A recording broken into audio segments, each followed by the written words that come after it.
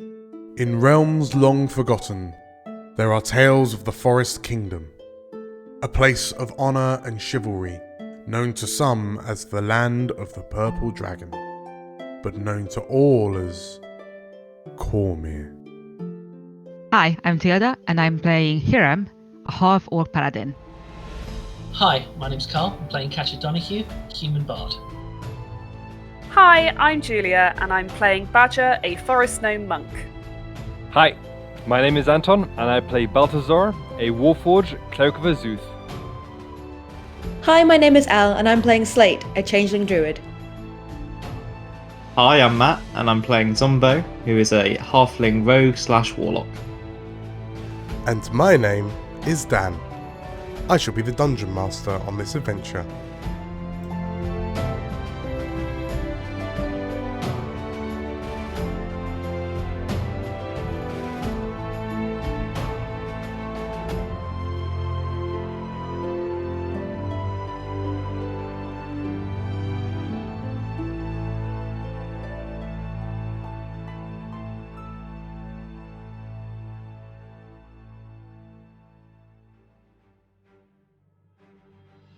Hello, everybody. Hello.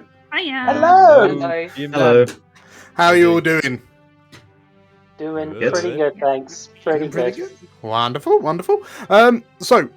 Yes, you all made it. So, just as a quick heads up, Carl and Tilda are beaming in all the way from sunny Hungary, and Elle will be joining us a little bit later. But last time, from what I remember of last session, you guys, totes cash, stole a boat.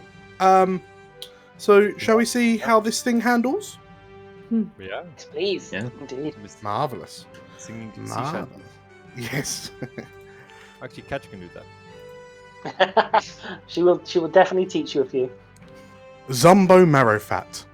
The legends speak of a dread pirate captain with humble beginnings as a blue dragon cook, roaming the Dragonmere in search of the finest culinary plunder Cormyr has to offer.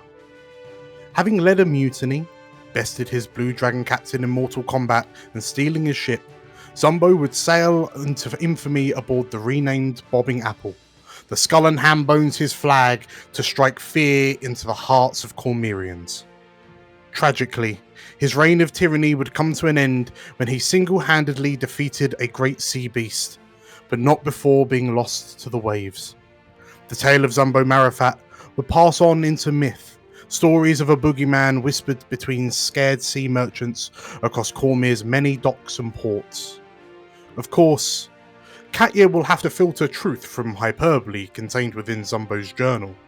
Time all the Warhounds have as they sail across the Dragonmere towards the site of Renner's latest vision.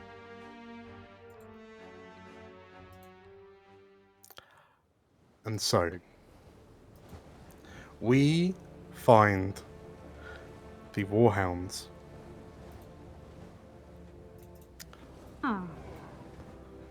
on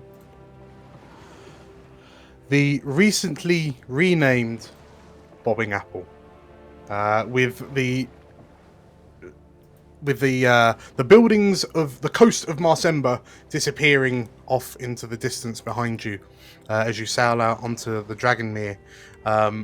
Zumbo, you feel the familiar wind running across your face, the smell of the sea, and the feel of the navigator's wheel in one hand. Although you're having to hold the bottom half because it's a human-sized wheel. Stood next to you is Katya and a huffing drawl, and the rest of your crew, Badger, Slate, Balthazar, and Hiram, are arrayed before you, each kind of looking at the various parts of the ship. Also of interest, between you and the main mast, you see there is a stalwart figure in the shape of Raedra Oberskier, who has unexpectedly joined you on this leg of the adventure. Stood next to her is a moon elf woman which you all know to be Renna, who is currently kind of nervously smiling and every so often trying to say something to Raedra, receiving kind of curt responses in return.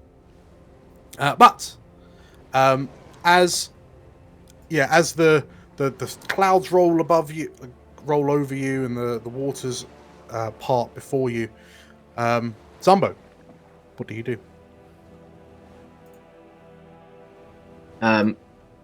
Probably just probably turn to Katya and say, fancy having a go at this, lass? I'd love to, yes. Yeah, come over here and I'll put your hands here and here. Yeah, that's it. Not too firm. You want to give them a bit of give. 10 and 2. Yeah. Wouldn't you? I can't actually reach 2. But, yeah, I'll point at it. It's pulling. It's pulling. What do I do? Yeah. Just hold it steady. You're okay. So Zumbo, as you kind of let go of the navigator's wheel, you take a moment to look at the ship, and you acknowledge that this ship is quite new. It's only at most, a couple of months old. It handles beautifully. You notice that there are strange kind of square cuts out the sail that seem to have been replaced with new fabrics.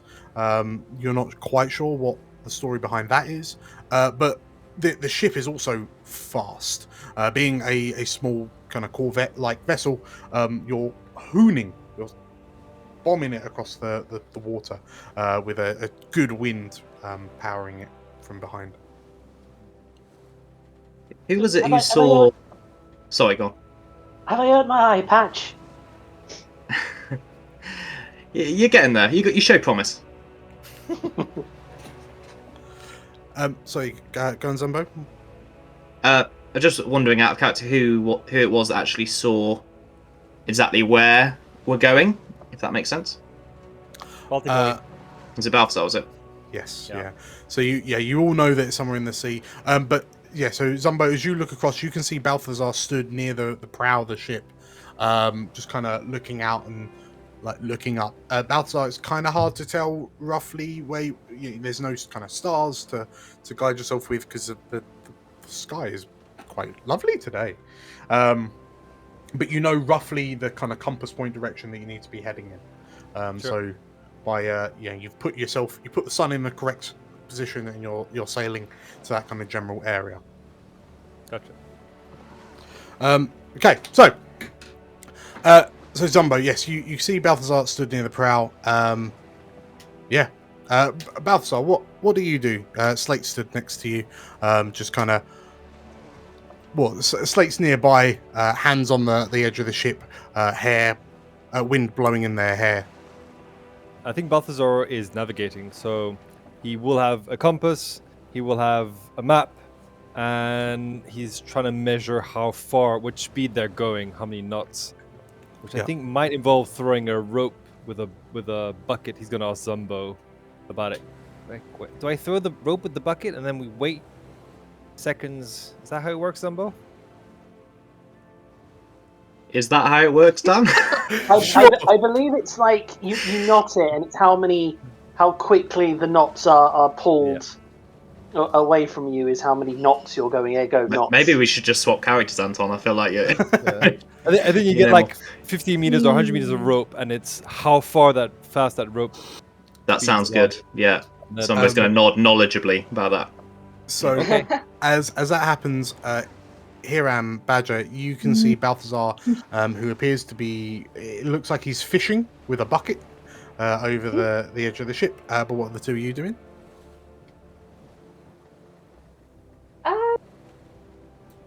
I think Hiram is just enjoying the view. Yeah. It is surprisingly serene out here. You've been traveling for long enough that now all you can really see in any direction is azure, like a carpet of sapphires in all directions, as the quite lush blue sea reflects the daylight. And what about you, Badger? I'm not sure Badger's ever been on the sea before, so I think she's pretty stoked right now. She's just like running from side to side. She's doing flips. She's looking over the side because she's heard that dolphins are meant to follow ships, so she's looking for them. And then if she doesn't see them, she's like runs to the front and she's like doing acrobatics on the prow at the front or whatever it's called. And she's just having a great time. I think we've Like a 100% kid. got Badger up in the rigging. Oh yeah. She's all over the place. Yeah. But also, important question: does she see dolphins? Does she see dolphins? Roll for dolphins. Roll for dolphins. You Animal handling. you Perception? yeah. You know what? Roll me a quick perception. Just a quick one.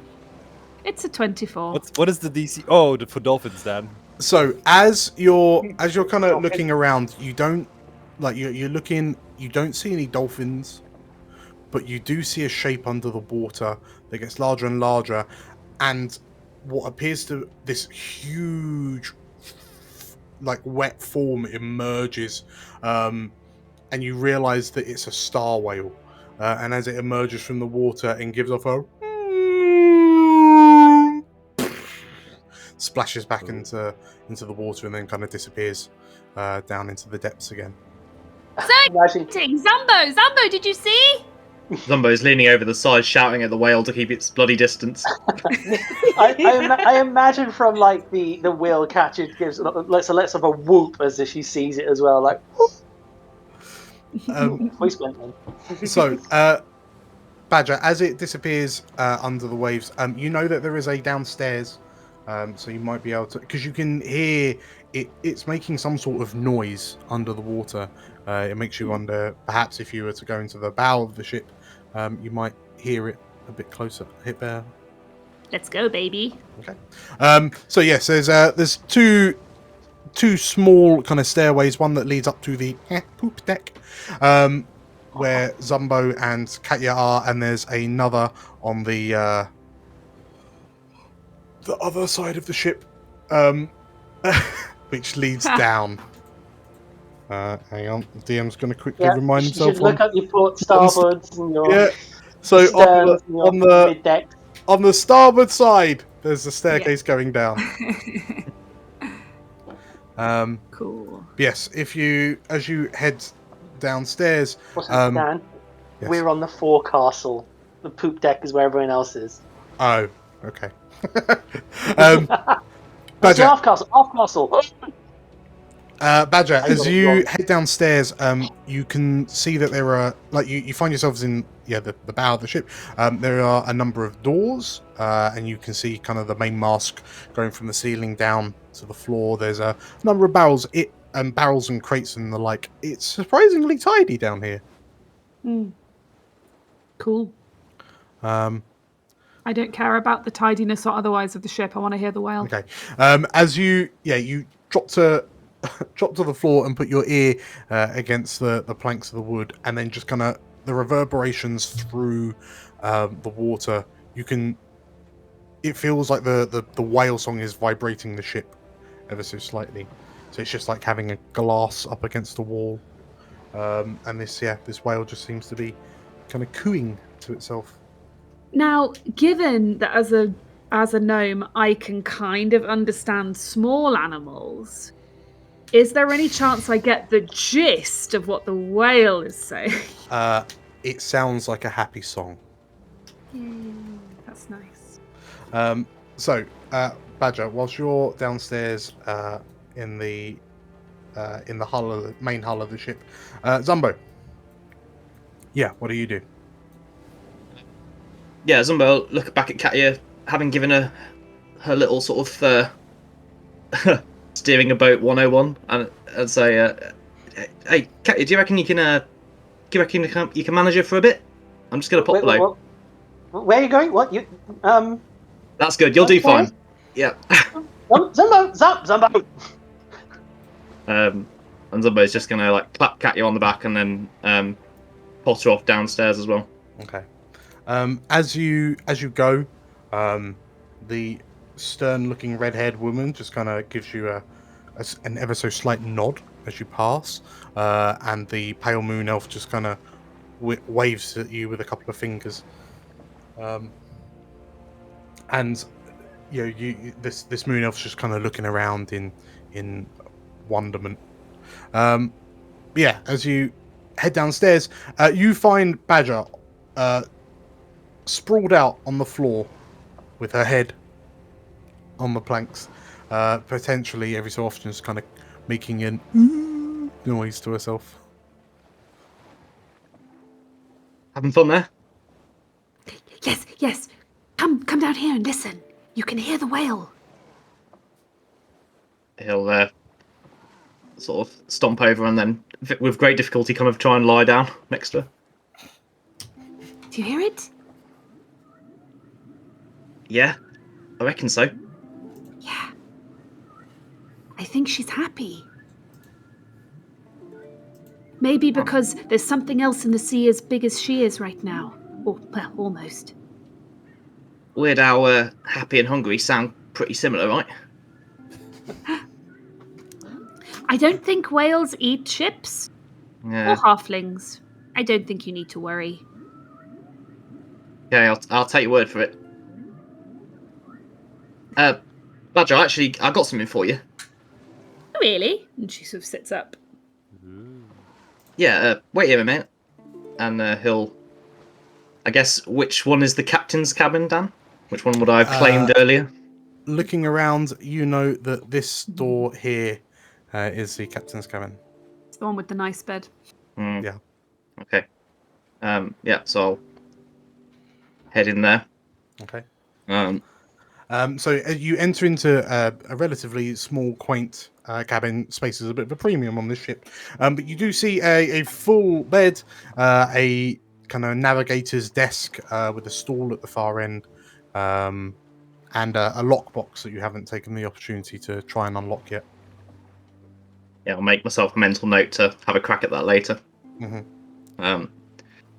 But am I right in thinking there's a vase of flowers on the table? There is. Okay. So Badger can probably hear sort of the sound of like hurried action as Zumbo's like pulling these, messing around with something in his cabin. Probably the sound of breaking pottery, and then he'll emerge holding a slightly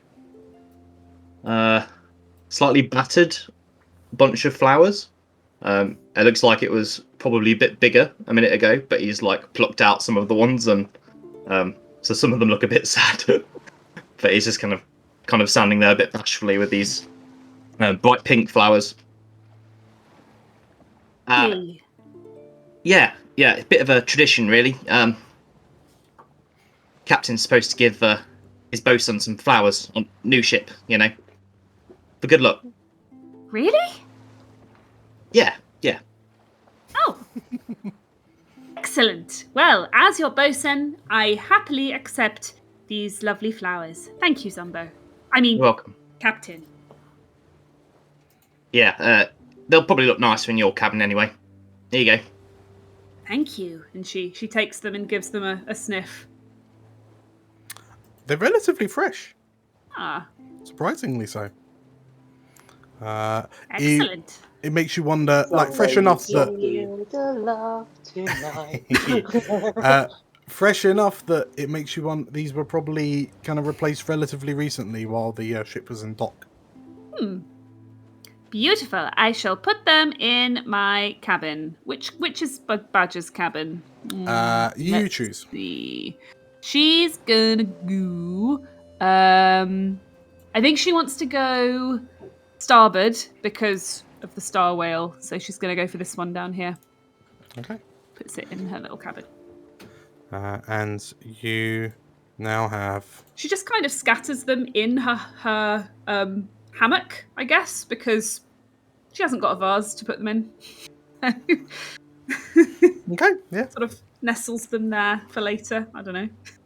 Okay. So as you you distribute Zumbo's flowers across your hammock, and as you emerge, Zumbo, as Badger emerges from a room, what do you do? I guess he's just standing there a bit awkwardly, not really kind of knowing what to do with himself. He'll just kind of go, yeah, just my way of saying thanks, I guess, for being my bosun and helping us get where we are. You've been amazing. Oh, I think we're shaping up into a pretty great team. Yeah, I reckon so too. Yeah. All right. As you were. Is Badger getting a vibe of anything off Zumbo right now? Like, what's happening here? Can I insight him, or? If you would like to insight him, by I all think means. she probably would, because there's some vibe coming off him right now. I rolled a 7. Aha. Not great. It depends. I guess. Like, is Zumbo being forthright with his intentions, or is he being a bit too bashful for his own good? I think, yeah, Badger would probably notice he's not his usual sort of swaggering self, and seems a bit awkward, and yeah, definitely not got his usual brash confidence. Zumbo, is everything all right? Yeah, of course it is. Yeah. Why wouldn't it be? Well, yeah, you're right. I mean, things are going pretty well. We're on track and we're working well together, but you seem a little not yourself.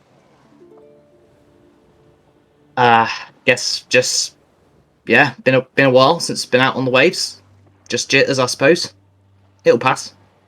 It will. It'll be fine. We're all here with you. It's not going to be like it was before on the previous Bobbing Apple. You can rely on us. Really. I promise. I know, Badger. I know. Thanks for saying it, though.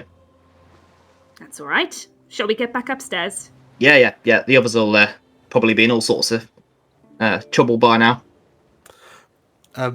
So, as you say that, upstairs on the deck, Balthazar, you're navigating, so you're looking forward. Hiram, you're just kind of enjoying the scenery. Slate, you're have you ascended to the crow's nest with your fascination for said crow's nest? I think that Slate would be spending the majority of this first part of their first journey on the seas being violently ill. Okay, yeah, fair enough. In which case, as you're kind of doubled over the side, and you've been asked to very politely do it off the back of the ship. It was just all over, and it's like hoping that it washes off the front. So, Kat, every so often you just hear from behind you. Yeah, you. It's like you as you kind of lift your head up and just kind of wipe some of the spittle from the corners of your lips. Off in the distance, you see some shapes on the horizon. And as you peer, it's other ships. There's another ship in the distance. Oh, How do ships make friends, everyone? Is this a friend thing? There's some ships back there. Do we is there like flags that you raise or anything, or masts to say like hello? I don't know how this works. Oh. It's okay. Well, normally someone looks through a telescope in the stories I've read, but most of the times they find pirate flags, and I'm pretty sure we'd be the one raising the pirate flag. What can you see? What color the sails are?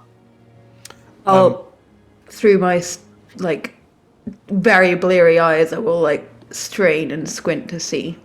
As you strain and squint, Katya, you also turn to look, and you can make out the sails are they're white, and I think there's like a splash of purple on them.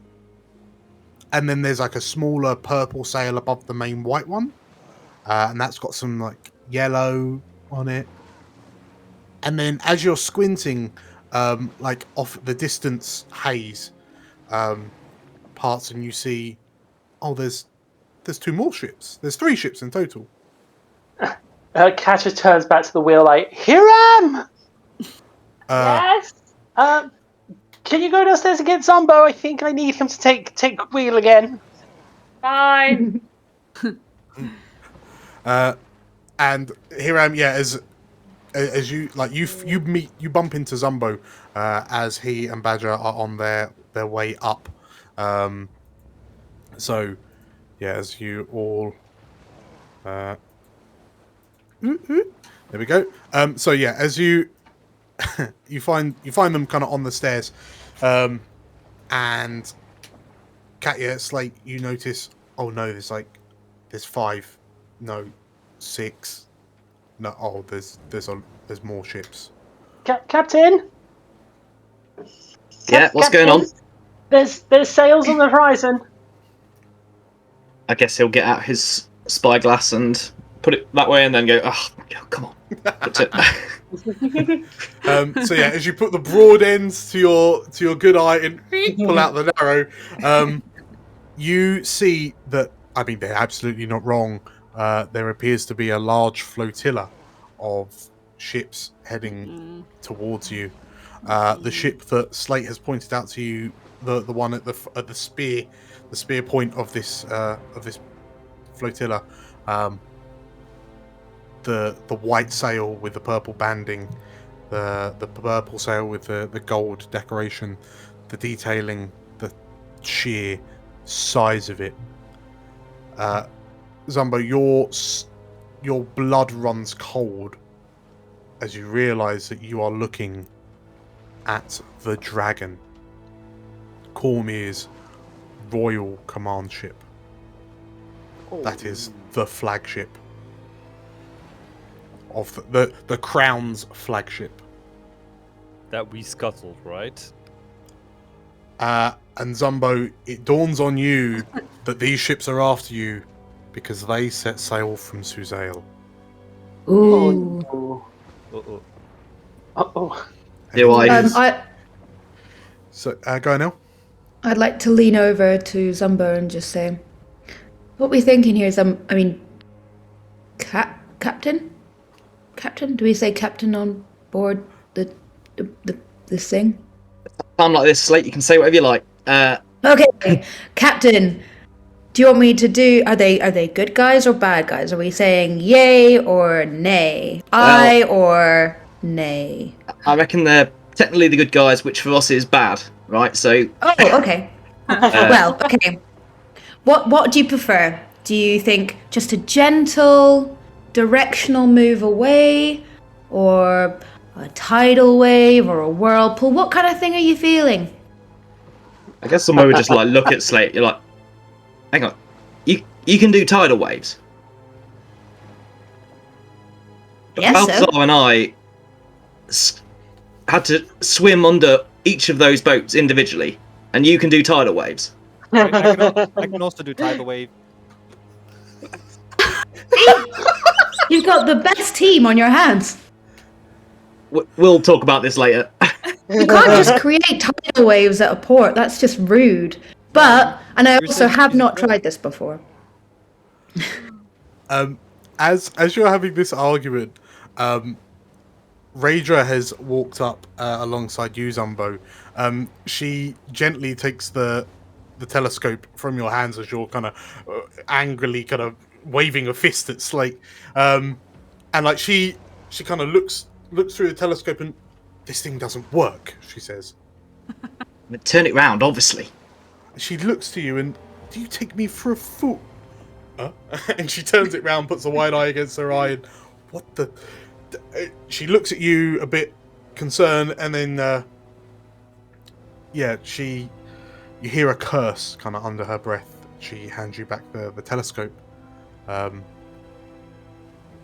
let my dearest cousin know where we were? I would probably guess it was you, since you just said dearest cousin. I don't actually know them very well, so... I think... Raedra gives you a look. I think. Hang on. Actually, from Slate turns around and just throws it up over the side again. also, Kieran's gonna shout, "It was Drool." Don't go blaming my dog. I'm in charge of the bloody ship. Raedra looks to you, Zumbo, and does this thing go any faster? Could always put you in a dinghy. That might make it go faster. So as that's happening, Balthazar, you're kind of looking over your shoulder because there seems to be a lot of commotion going on around the navigator's wheel, but you're still at the front of the ship. And as you just kind of, you're watching. As you turn back, you look up, and you hadn't noticed it before, but there appears to be like a storm brewing up ahead. Of course. Oh dear. Oh, come on. And you're Storm ahead. And Balthazar, as you shout that out, you look up and you notice that the storm clouds are kind of spreading, like laterally, at an impressive rate. Like they seem to be kind of spreading out. And as you peer a bit closer, it almost appears to be like in a line. No, not a line. In a ring. Oh God! So like magical? Well, it's certainly not natural. You know that much for sure. And as this, you see these storm clouds just kind of curving around the sky in what appears to be this kind of miles wide ring. There's no other way to describe it. And as you notice this, Zumbo and the other more perceptives on the ship, you also notice that there is a ring. There's a ring of storm clouds beginning to encircle the area you're in. Is that so? That's over us. The storm, is it? It appears to be encircling you. Yes. Okay. Options, Captain? Do I think we can go around the Cormyrian ships? So We're the small and Cormyrian fast, right? So you're small and fast, but against a dreadnought galleon style ship that the Dragon is, like it's the flagship. That's got significantly more sails, which means a significantly higher top speed. So as it currently stands, that ship will eventually catch you on the open sea. However, they are tailing you, and this storm cloud appears to have now formed a very large ring, like a effectively kind of encircled you. And Balthazar, with your perception off in the distance, you can see that there's way off in the distance. You can see there is heavy rain falling from this ring of storms, with the occasional flicker of lightning through the clouds and a burst of lightning down to the water. So we don't really have much option. We just keep ahead, and when they get close, we can maybe do something. Tidal wave! Tidal wave! Tidal wave! As Or whirlpool. Zumbo, as you look up, you have the second time in a very short space of time, this kind of lurching feeling in your stomach, exacerbated by the fact that as you carefully watch this ring of thunderclouds, you notice that it appears to be moving with you. Yeah. And Badger, what are you doing? Badger and Hiram, what are you doing? I think Badger's desperately casting Gust of Wind on our sails. Just faster. Dan, Yeah. can I attempt a Dispel Magic? What's the range on that bad boy, though? 120 feet. Ooh. Yeah, no, this is like hundreds of feet off in the distance. Okay. So, yeah, so as Badger's just kind of blowing into the back of the sails here, and what are you doing? That was my exact same thing when I asked about the range on Dispel Magic. So never mind. I gotcha. Yes, Slate. I redirect flows to make Are we going with the waves or against the waves or what? You're going with the wind. The water itself is. You're carving through it quite well. I mean, you could redirect the flow of water to go a bit faster to try and keep ahead of. Yeah, that's fine. Absolutely fine. I like that. Let's do it. Okay, I'm gonna so go. as you. And to the front and like. Okay, so as you you kind of bump up against the ballista at the front of the ship, and as you kind of hold your hands out, the water begins to kind of flow backwards and kind of up behind the ship, almost to propel you forward, like you're on a watery conveyor belt. And like you all feel the kind of lurch from the combined magics, and yeah, you know this ring of storms seems to be kind of closing in on the ship, and you can hear the sound of the horrid weather kind of getting louder. Zumbo, at the back of the ship, you start to feel a bit nauseous, and as you kind of look around and you see, like, you turn to see what's happening, and when you look back, you see Betty, who's managed to get out of wherever you had her, and is just kind of looking at you. You hear it appears to be Betty talking in your head. There's a voice, and Betty's kind of holding eye contact with you. And it starts as a whisper. Break the cycle. Break the bond.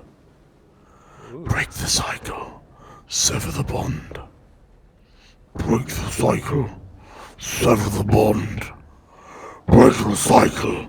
Sever the bond.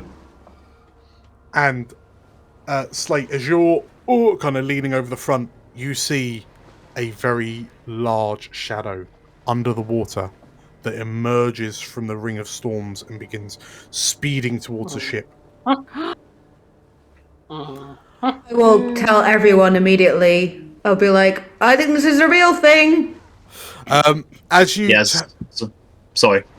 Well, as Slate, as you turn around and shout that, the Balthazar, you watch as this shape, its silhouette becomes clearer and clearer, and then suddenly this large green-brown mass emerges from the water, multiple tentacles rising out and flailing into the air, throwing seawater in all directions. And as it kind of looms out of the water with the aid of the magic that you've cast, the ship, for all intents and purposes, collides with the front of this beast. And Zumbo, as you, like, everyone is thrown forward. So let's give everyone here. Balthazar goes, I regret everything! Oh god! So, everyone give me a dexterity saving throw. Slate and Balthazar, you get advantage. Oh my God. Okay. So, everyone who rolled a 10 or lower is wait, not... we're near Hiram. Yeah, you guys get a +3 to your saving throws. Wait, Raedra, what? Raedra does not... Yeah, I have aura because of my aura. Because it's a paladin. So, Oh my God! It's a good aura to have. Like, my aura is just like, rude and negative. But I mean, yours is like How far is +3. your 10 feet? 10 feet, I think. So Okay, it's not everyone. It is Katja, Emily, Brenna, and Katja. Katja is up, so she's actually out of range. Oh, so no, it's not Katja, Not So- for Raedra, for sure. So, as this happens, the front of the ship hits what appears to be a giant greenish squid. The back of the ship rises out of the water from the impact. You hear the sound of wood snapping as the figurehead snaps as it makes contact. Raedra is... What was our figurehead of? Say again? Oh. What was our figurehead of? Balthazar. The Starbucks logo. Whatever was on the It's fine. Fortune's We claw. can all go back. We can all go back to episode 0 and listen to the live description there. Yeah, it's And this is where the promotion comes in. a flowing robed dwarven woman snaps off into the sea. Rager stumbles forward. Zumbo, you manage to catch yourself. Katya, you're actually kind of thrown over the side, and you land next to Hiram. You take 1 damage as you hit the ground next to Hiram. And The figurehead is smashed. I want to just like scream out like, no! Zumbo, as you kind of pull yourself up, your heart pounds in your chest as you look up, and you see a very familiar looking octopusy face. Oh wow. And as Betty looks to you from the navigator's wheel, you hear, "Break the cycle, sever the bond." And the creature in front of you roars. Everyone.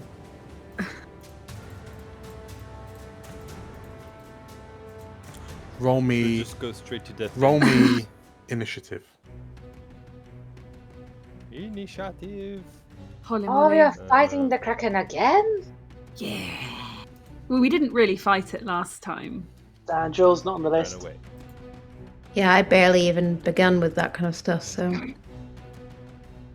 Man, my rolls are not hot tonight. Yeah, that's probably the best initiative I've ever had. Got 18. Okay. So, as we begin combat. So, first up at the top of the initiative order with... Well, okay, so just to run through. So, Katya with 18, Badger with 17, Zumbo 13, Slate and Balthazar 12, Drawl 10, Raedra 9, Emily 6, Hiram and Renna 3. So, as the ship all but comes to a full stop, you see the 5 tentacles emerge from the water and just kind of wave menacingly around the ship. You notice that one of the tentacles kind of moves forward and appears to be kind of looming over, and it seems like it's going to try to wrap around the ship and damage, like break the ship,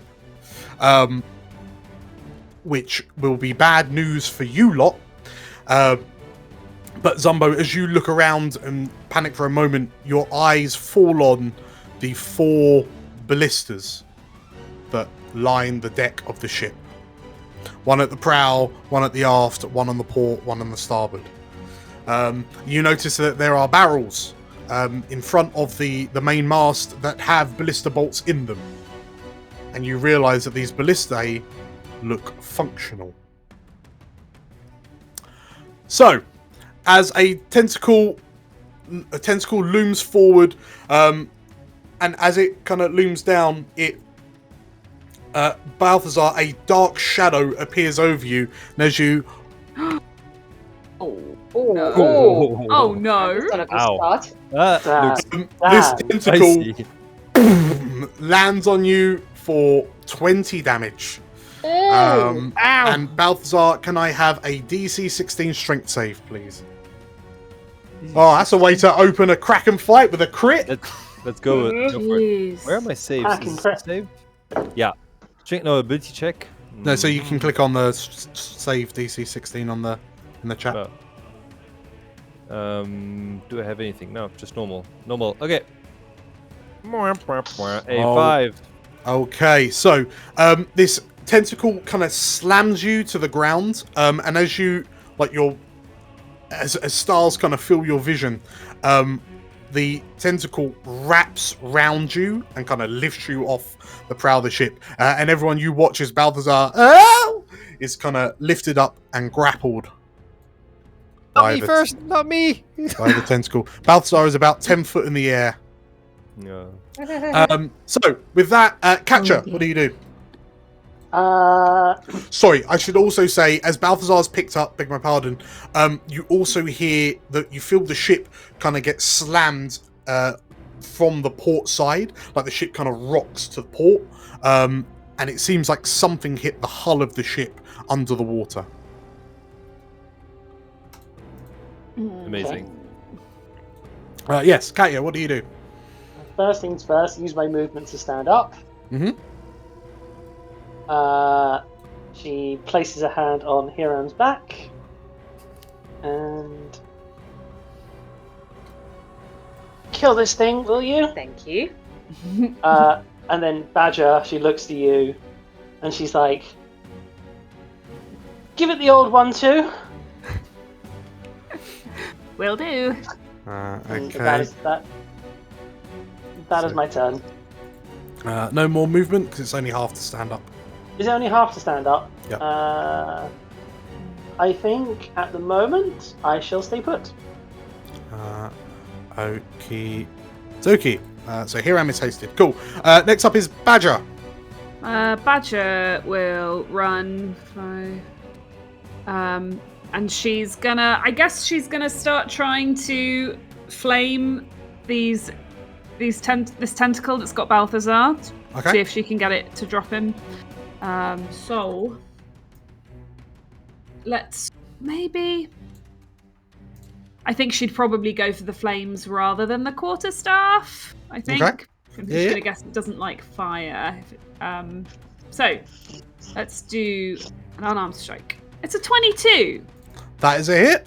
8 fire damage. Second Okay. attack. Ooh, Yep. Sorry. Yeah, no, go on. Okay. Crit. Oh! Yes. 13 fire damage. Okay, Good. so as you kind of run, jump, and with two hits with the two punches with the fire, the tentacle kind of flails and drops Balthazar back to the ground, and then it you hear a from the Kraken. It drops Balthazar, who takes 1 damage, Yes. and you land Ow. on your side. Sorry. Thank you. That's fine. So she's probably going to use her bonus action to summon. No, she wouldn't actually. She's not very happy with him. I was in like she goes to summon Azarad almost automatically, and then goes no. Awkward. Yeah, awkward. Super awkward. Yeah, and so she's probably just gonna run probably over to the front where the Kraken guy is, like where we're jammed up against him. And is she that stupid? Maybe not. Is he within fiery fist range? Is he with? Oh, Is absolutely. part of him within 10 feet? Yeah. She's I probably. mean, he's on the ship basically. Yeah. She's gonna give him a little fiery kick. Okay. With her bonus action. I mean, yeah, it's another crit. Oh! Let's catch 2 crits in a row. Good city. 11 Yeah. fire damage, and she Okay. yells, "Get off our ship!" Okay, so Naughty as squid. you run up, you sort of like the creature, like this creature kind of looms up, and you see this circular mouth like emerge over the prow of the ship, and as you punch it on one of the teeth with such force, the tooth kind of shatters off and disappears into its gullet. The creature roars, and its maw begins to open. Anything else, Badger? She'll probably just be like, oh no. Zumbo, as you kind of stand looking with these kind of tentacles flailing about, Betty is still transfixed on you, and in a slightly kind of calmer, lighter voice, you hear, "Break the cycle. Sever the bond." And like as Betty looks to you, you see what appears to be like one orange tentacle point towards the Kraken. And in your stomach, you feel this wave of revulsion that's different. Like something's wrong. It's not terror, it's just wrong. What do you do? I think he's probably pretty overwhelmed with initially kind of the his spyglass will fall from his hands in just kind of shock, and he's just kind of standing there, and then he's going to kind of recover himself and seeing his friends in danger. What was I going to do?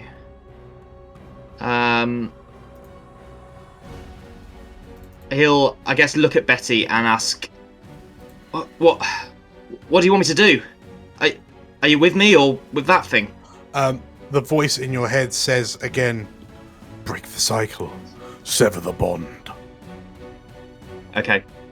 And can I can feel something hitting the ship over here, can I, Vigil? It's under the port side of the ship. But it seems to be under the water. Under the water surface. Alright. So I'm going to yank Rager to her feet. Yeah. If that's okay. And, Your Majesty, do something useful. Hold the wheel steady. She looks and... Is that a... and she grabs the wheel. And then he's going to pluck Betty off the wheel and lob her into the water over here. Okay. Ooh.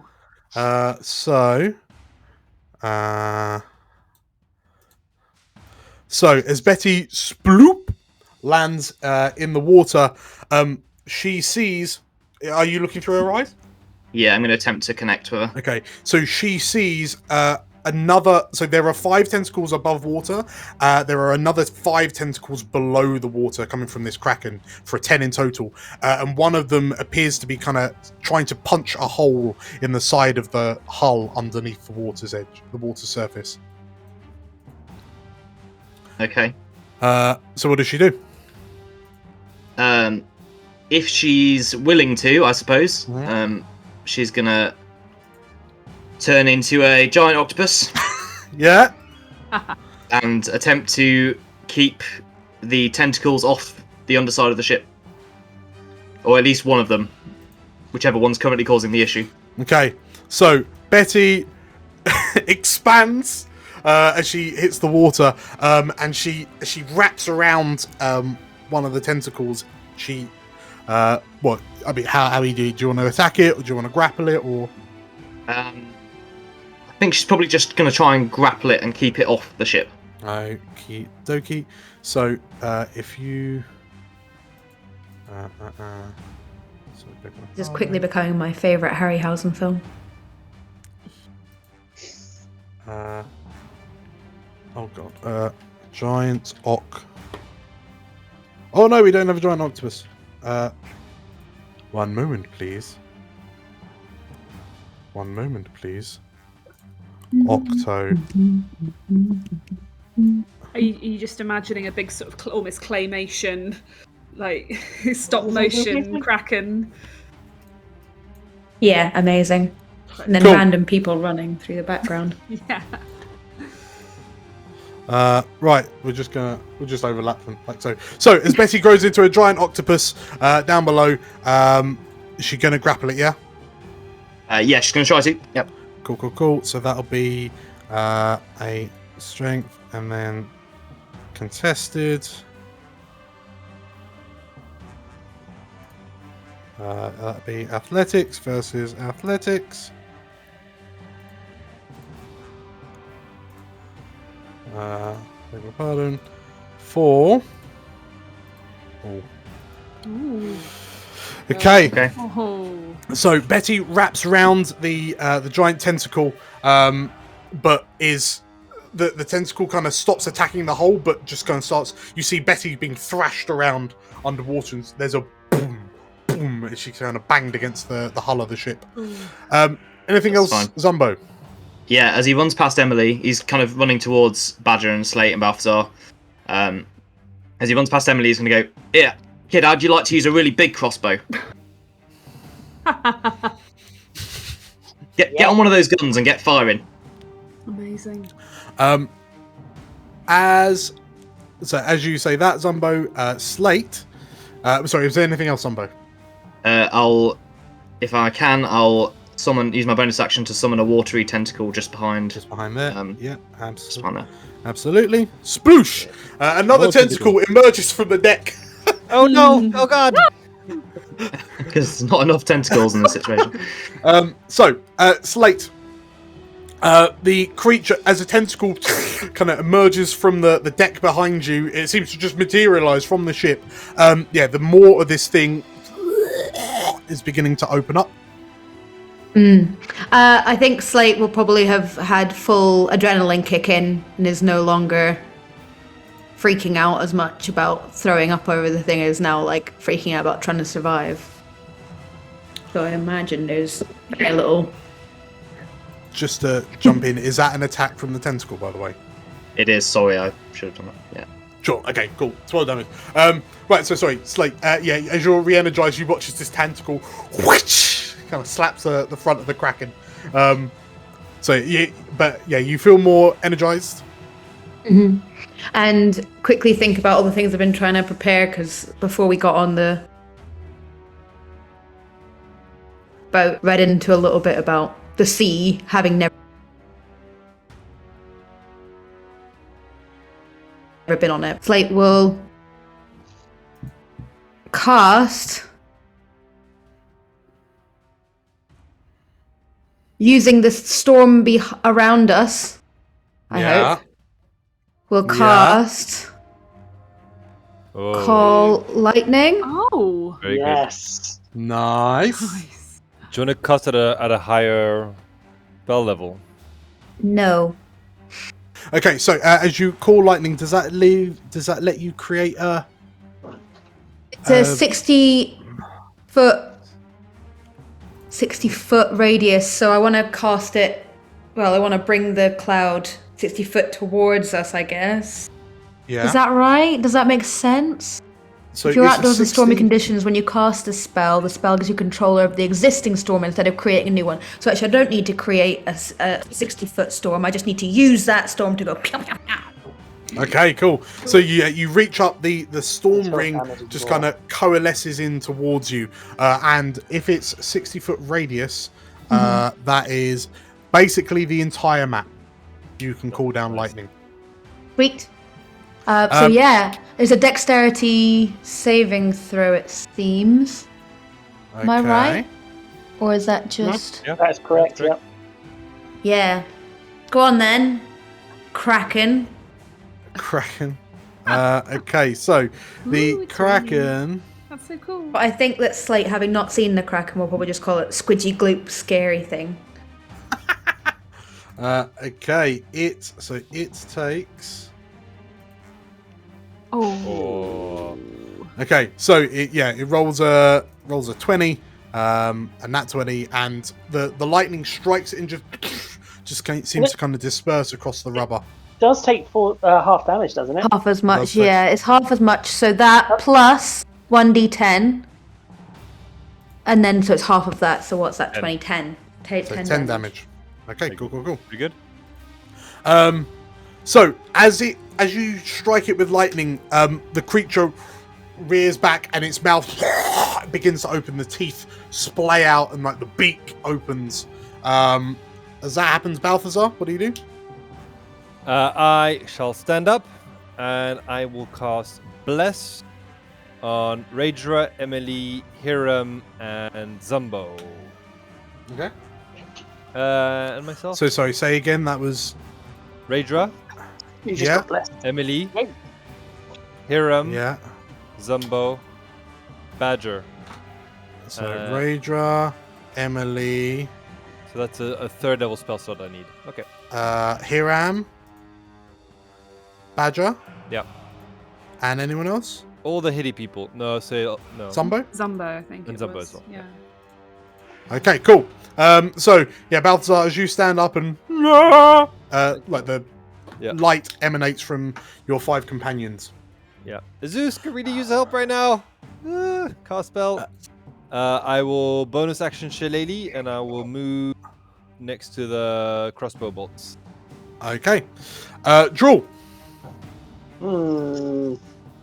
Oops, sorry. Go that way. Quite the congestion down at the front. There's not any targets really. Why are the two draws in the map, by the way? Yeah, there's another draw there, by the way. Okay, cool. Cool. Drew, go for the giant crossbow. The ballista. Just standing on his two paws, just pulling it back with his teeth, like. And just remember you're concentrating L as well. Oh, yes. Okay. And I must also put mine on, which I shall. Actually, I think what Draw's going to do is he's going to leap over the banister and stairs. Oh, Yeah. there's a wall, so he Donk, and comes down for this lot, and I guess he'll ready an action. If anything gets within range, he'll attack it. Okay. Oh, shit. So, anything else? For now, he'll hold his action. Okay, so Raedra on the prow of the ship, she's just kind of holding the wheel. She lets go of it for a moment, realizes that the ship's not particularly going anywhere because it's kind of being weighed down by a kraken, and she draws the great sword from the sheath on her back, and 1, 2, 3, 4, 5, 6. She kind of steps to the front and kind of holds a position, kind of looking for an opening. Emily. Emily is going to turn to Katja and say, Alchemist fire, please. Ooh. Oh, I imagine Kat will happily give her all three. oh, 3. Okay. Okay. Does that count as an action? Taking them. You know what? We'll say that you get all three. Yeah, it's fine. It's fine. Awesome. Then she's going to move next to Balthazar, Yeah. give him the Alchemist fire, point to the ballista and say, tie it to the front, please. Oh, okay, sure. I'll do it. Just one. Okay, so Balthazar, yeah, on your next turn, you'll be able to attach a alchemist fire to the ballista bolt. Gotcha. Anything else, Emily? Yes, I think it's a bonus action. Hold on. Yeah. Hold on. She's gonna do helpful, which should be in the chat now. Yeah. Who's she helping? She's going to help Hiram. Hiram. Okay, cool. In which case, Hiram, speedy Hiram, pain train Hiram. Okay, do you do? Speedy Hiram. There's only one place he can go, and that is to the front. And I think the only place he can go is on top of the ballista. Oh no. Yeah. As good as he can, so he's basically straddling the ballista. Yeah, that's fair enough. Oh my gosh. Oh. That's Hello. a bit much. That's Basically, lovely. the lightning. That's thing. lovely. I love It that. looks super cool, but yeah. Okay, is that where the lightning is? Yeah. Is that me? Oh. Yeah, was that the cool lightning? I didn't see it go on. Sorry. Actually, I was good like, question. okay. Elle, where is the core of the lightning? Like, where are we counting the 5 feet from? Behind the Kraken. It's not like where it could damage Also- us. That's what I'm kind of Okay. In which hoping. case, I think it's time for Hiram to take a couple of shots Okay. with his sword. You know what I mean. The pain train. Okay. A gentle better for you. We've got double pain trained here. Haste plus bless. Right. Let's go. Oh god, yeah. Let's attack. Go. First one. 24. Yes. With. That's a hit. With 15 plus a smite. Whew. Yeah. No, not even smite. So Oh. That's 19. only 19, but still. Then Okay. second one. Wow. Oh, no, I didn't. Ah! Okay, Yeah, so you because- you hit with the first one. As you go to swing, like the ship rocks and you lose your footing for a second. Okay. And the third one. Is a hit. 22. With 13 plus a smite. Yeah. I can do 2. It's fine. Okay, that's better. So that's 21 in Yeah. total. 21. Okay. So yeah, you swing the first time, you lose your footing on the second one, but then you kind of swing at one of the tentacles that kind of goes to swat you, and you kind of pat it back into the sea. You do have a bonus action. And I do still have a bonus action, at which point I am going to go cast Branding Smite. Oh wow. Okay, so that for your next turn, yeah? That's for my next turn, yes. Okay. In which case, as you wail into the Kraken, the moon elf at the back, oh, she says, is this normal? She says, as she frantically casts mage armor on herself to give her a sense of protection. As that happens, Hiram, you've put some attacks in. Badger, you've thrown some punches in. The creature, the Kraken, its jaw opens, its beak parts, and you see this kind of cavernous tunnel, this fleshy tunnel, as it opens its mouth fully wide, large enough to easily devour any of you. And it's large enough that you can see into it. Oh my god. Oh god. Ew. And as that happens, you see what appears to be this serpentine shape wiggling around from the back of its throat. Oh no. Ah. Oh, Oh okay. no. I don't like And it. whatever this thing in its mouth is surges forward. Tongue? Oh, I don't like it. unsubscribe. Yeah, I agree. Holy moly. Surges forward and 60-foot cone as well. No, Ugh. that's just nasty. What? uh, No way. What the hell? 80. Jesus. this tongue thing like flies towards you in Hiram. As you peer up at it, what appears to be the tongue then opens up its own mouth and acid spews out and coats the ship. What is this alien bullshit? So everyone We're gonna need a bigger boat. Everyone, give me, everyone click on your tokens and then roll your dexterity save. If you're within 10 feet of Hiram, you get +3 for what it's worth. Can I use my reaction to absorb elements, please? You Where can it absorb acid? Yep. We get those of us who are blessed can add an extra D4, can't we? And those of you who are blessed with D4, yeah. Where's Hiram at the moment? Oh He's wow. right Where at is the he? front. Right Okay, at the so front. I'm in within, so I get a what is it? So you get a +3. Nice. So going through, we Plus have three. so Zombo, you pass with a 22. Hiram, you fail with a 12. Badger, you pass with a no. 25. Balthazar passes. 18. No, fails. Beg your pardon. 18? Draw fails with a 9. Slate fails with a 9. With a 12, but it still fails. Beg your pardon. I passed and I add a d4 to my... I'm not blessed. Shit, I fail. Okay. So Raidra.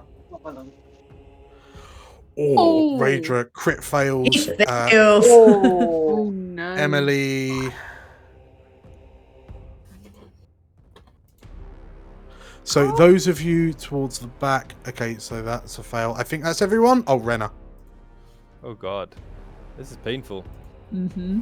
We get any blessed value out of this? Not really. Nothing. Oh, okay. Yeah, So I'm thinking. those of you who failed, you take Oh no. 36 acid damage. Okay, reduced to 18 for me. Uh-huh. Ouch, indeed. Ouch. Oh boy. So I don't think Emily actually has 52 hit points anymore because that was from an aid. I believe she only has Yeah. a base 40. Yep. Okay, so she takes a 36. Holy So moly. you hear a squeak from Emily. You hear a grunt from Raedra. Renna failed. Did Renna fail? Yeah, Renna failed. Renna failed, yeah. Yeah, she got an 8. Yeah. Renna failed. Cool. Has everyone else taken their damage? How much do we Yeah. take if we pass? Is it half? Half of what? 36 or 18. Yeah, no worries. Badger's not going to take anything because she passed her Dodge. dex save and has evasion. Okay. Cool. Slate and I need to make concentration checks on our spells. Yes. Yeah. So if you failed, it's DC. So Slate, you took 36 damage, so that's a DC 18 check for your cool lightning. And Balthazar, you took 18 damage to a DC 10. That's right. Yeah. It's got to roll a d20, right? It's a con save. Oh, okay, cool. That makes sense.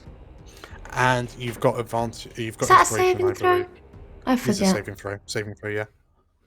Okay, so as you make those rolls, this tongue thing, kind of like you see tentacles come out of its mouth, wiggle around a bit, and then it kind of retreats back into the Kraken's mouth. And Zumbo, you hear a pained sound in your head say, "Break the cycle, sever the bond." And as you look at this tongue-like thing, that feeling of revulsion, that feeling of something alien, that feeling of something that does not belong, you recognize it in this tongue. So, top of turn.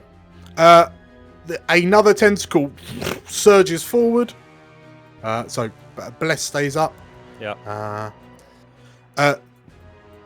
Betty is grappling with that tentacle, so that's fine. Betty notices that another tentacle has begun attacking the ship. You notice it lurching from the starboard side under the water. As another tentacle kind of looms forward to get you. Oh, no. This tentacle will swings for the closest, which unfortunately is Zumbo. 12 to hit. Not this time. Okay, so as this tentacle reaches over, it swings to you, misses, but the sockers kind of stick to the hull, and you see it begin to start trying to pull some of the wood planks up. Cool. Katia, what do you do? Well, that was a hard hit that I nearly didn't survive. Oh boy. Yep. I'm down to 11 and Draw's down to 12. Oodie. Yep. Trying to think, yeah, I've got that level there. Right, let's have a quick look at everyone. Yep, everyone's fucked. Everyone's fucked. Yep. Let's see. Yep, everyone's fucked. Let's see. 1, 2, 3. Badger's 5, 4, 5, 6. So I'm just counting. Give me a second. 1, 2. Yeah, nice. Yeah, we're all looking. Someone's looking alright. Otherwise, we're looking a bit toasty. Yeah, we're looking a little worse for wears. A 4th level, so. Oh no! Oh. Okay. I do So- want to see that come on. As you go to sing your healing word, you struggle through the pain of the acid that coats your skin. Well, that 7 lovely hit points goes towards Slate, Hiram, Balthazar, Emily, and I guess Rule, which else? That's 1, 2, 3, 4, 5, and then I guess myself, because Zumba seems to be okay. Okie dokie. So just giving everyone a health bar. Slate, with that Constitution save, unfortunately, as you point blank take this acid breath to the face, the storm dissipates. Luckily, the whole storm goes, including the ring that you initially kind of wrested control of. So at least you don't have to worry about that anymore. Is that a good thing or a bad thing, though? I thought the ring was kind of like it was going with us, and it was kind of like our cool storm ring. It swings and roundabouts. Anything else, Katya? I've used a spell, so I can't do another spell unless it's a cantrip, right? Correct. There's not much else that I can do, so let's try, probably going to fail miserably, a quick Mind Slither against the Kraken. Yeah, against the Kraken? Or should I do Mind Slither? That's what you can do. No, I want to do a Vicious Mockery, not Mind Slither, sorry. Nice. On the Kraken? Actually, yeah, let's do the tongue. The tongue. Okay. In a very odd turn of events, you viciously mock this creature's tongue. You son of a bitch! And the tongue passes. Oh. Okay. How does the tongue have that much? What? It's very odd, isn't it? That's a good question there. It's a very good question, Slate. Anything else, Katya? That'll be all. Badger, there appears to be a sentient tongue in the mouth of this beast. Yeah, there does. Right, so Badger's going to dance back a little bit. So she's within not today. Still within 30 feet of it. Can she use her bonus action first? Yeah. Okay, so she's going to use her bonus action to cast Water Whip. So, hang on, where have I put it? Oh, there. Oh, sorry, I've just done it twice. You can get rid of one of those. So, she summons a long rubbery whip made of water to hopefully catch the tongue. And I need it to make a dex save. It looks like a dex save. Okay. Oh, it fails. It fails. So I'm going to use that to do. I'm going to use 2 key points. I was planning already to do that. I promise I'm not cheating. But yeah, it was 2 key points to do 2d10 damage to it. Okay. So hang on. That's 5 plus another 5, so 10 points of bludgeoning damage to it, and I'm going to pull it. Sort of. I guess I can't really pull it there. Just a little bit out of the mouth, like 10 foot odd out. Yeah. And then I'm going to. Top of Hiram. Is it on Hiram? Oh, It's shit. fine. It's fine. I can take it. I need to make a con save, don't I? I need to make a thingy save. Okay. Some concentration. Yeah. And for my action, I'm going to make the tendrils of my tattoo grapple it. So I might have to get a little bit closer, but yeah, I think my tattoos will work at that range, won't it? Yeah. It's so within 15 feet. So I'm going to attempt to grapple it. So I need a strength save from it now. Okay. So as you water I water whip it closer to me. Yeah. Yep. So you wrap around it with the water whip and you pull this tongue out. The Kraken, as its tongue is, something's attached to the back of its throat. Yeah. You then, like, as you bring your arm up, the tattoo on your arm dims, but then like just a mote of light, like a faint mote of light appears by the tongue and. Okay. I try to it catch it, and it manages to get away from me. Kind of overpowers the mote of light. Okay. And as you look, you kind of think, oh, that, like, it was Azarad that used to do that. But now it's, Anything else, Badger? No, because I've used it all. So I'm just gonna go trapped. Okay. Zombo.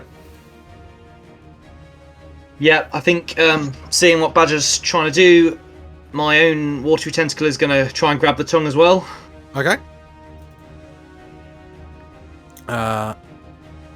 So 14 to hit. That's a miss. So your tentacle swings for it, and the tongue kind of flips out the way and just avoids the tentacle. It was close though. 15. Okay. So I'll run to there and. Oh no one's manning this ballista, are they? Right. Hey. Balthazar's sort of. And then Oh, it's looking Balthazar. at it. Emily. You can delay your action, and I'll tie something to it. Emily's running that one. Okay. All right. Well, that's fine. I can go the other way because I was there, so I can move through Emily. Yeah. 5, 10, 15, 20. So I can get to there and swing this ballista around Yeah. and I can move. take aim at this tongue Yeah. and let it have And a. before we Oh. do that, if I open you, if you have a look in your features, in your character sheet somewhere, Oh. or maybe it's inventory. Yeah, in your inventory, you have a ballista bolt dexterity. Oh, cool. So I do. Great. So just roll that. Yep. Okay. Okay, so Badger, as you kind of pull the tongue taut, Zumbo, you run up and aim it and pull the lever, and there's a as a ballista bolt flies out Wow. and it strikes the side of the tongue. Arr. Nice. Oh. Woo. 24 damage. Okay, and the tongue, like the bolt, kind of grazes across the top, but you see kind of a blackish purple blood splurt out as the bolt flies off flies past, through the tongue and flies off into the distance. Hold her steady, Badger. I'm going to hit her again. The ballista, the ballista itself is still shaking, and you realise that it's now not got a bolt loaded. The bolts are in the barrels Oh no. by the mast. Okay. Anything Yeah. else, Zumbo? No, it's my bonus action, so I've got 5 feet of movement left, so I'll go grab another bolt. Okay, cool. Slate. There is a tongue above you. There is indeed. So I'm kind of thinking, what am I feeling today? Ballista bolt. Yeah, ballista in the mouth. Ballista the Yeah. I feel like Slate has no idea about at all ballista stuff. This is like completely way beyond. I mean, standing on a boat is probably the best we're doing so far. So, what I'd like to do instead is bang my staff on the ground and push out, emit an Agnazar's Scorcher towards the tongue, or actually where the tongue and the kraken meet. So, looking into the mouth of this beast, it appears that this tongue actually goes down its throat. It disappears down the back of its throat. All right, I want to cut the tongue off somehow with this Scorcher. Let's try that. Okay. Yeah, so the tongue itself it looks very much as it does in front of you. The tongue has a mouth. There are tentacles coming out of the mouth.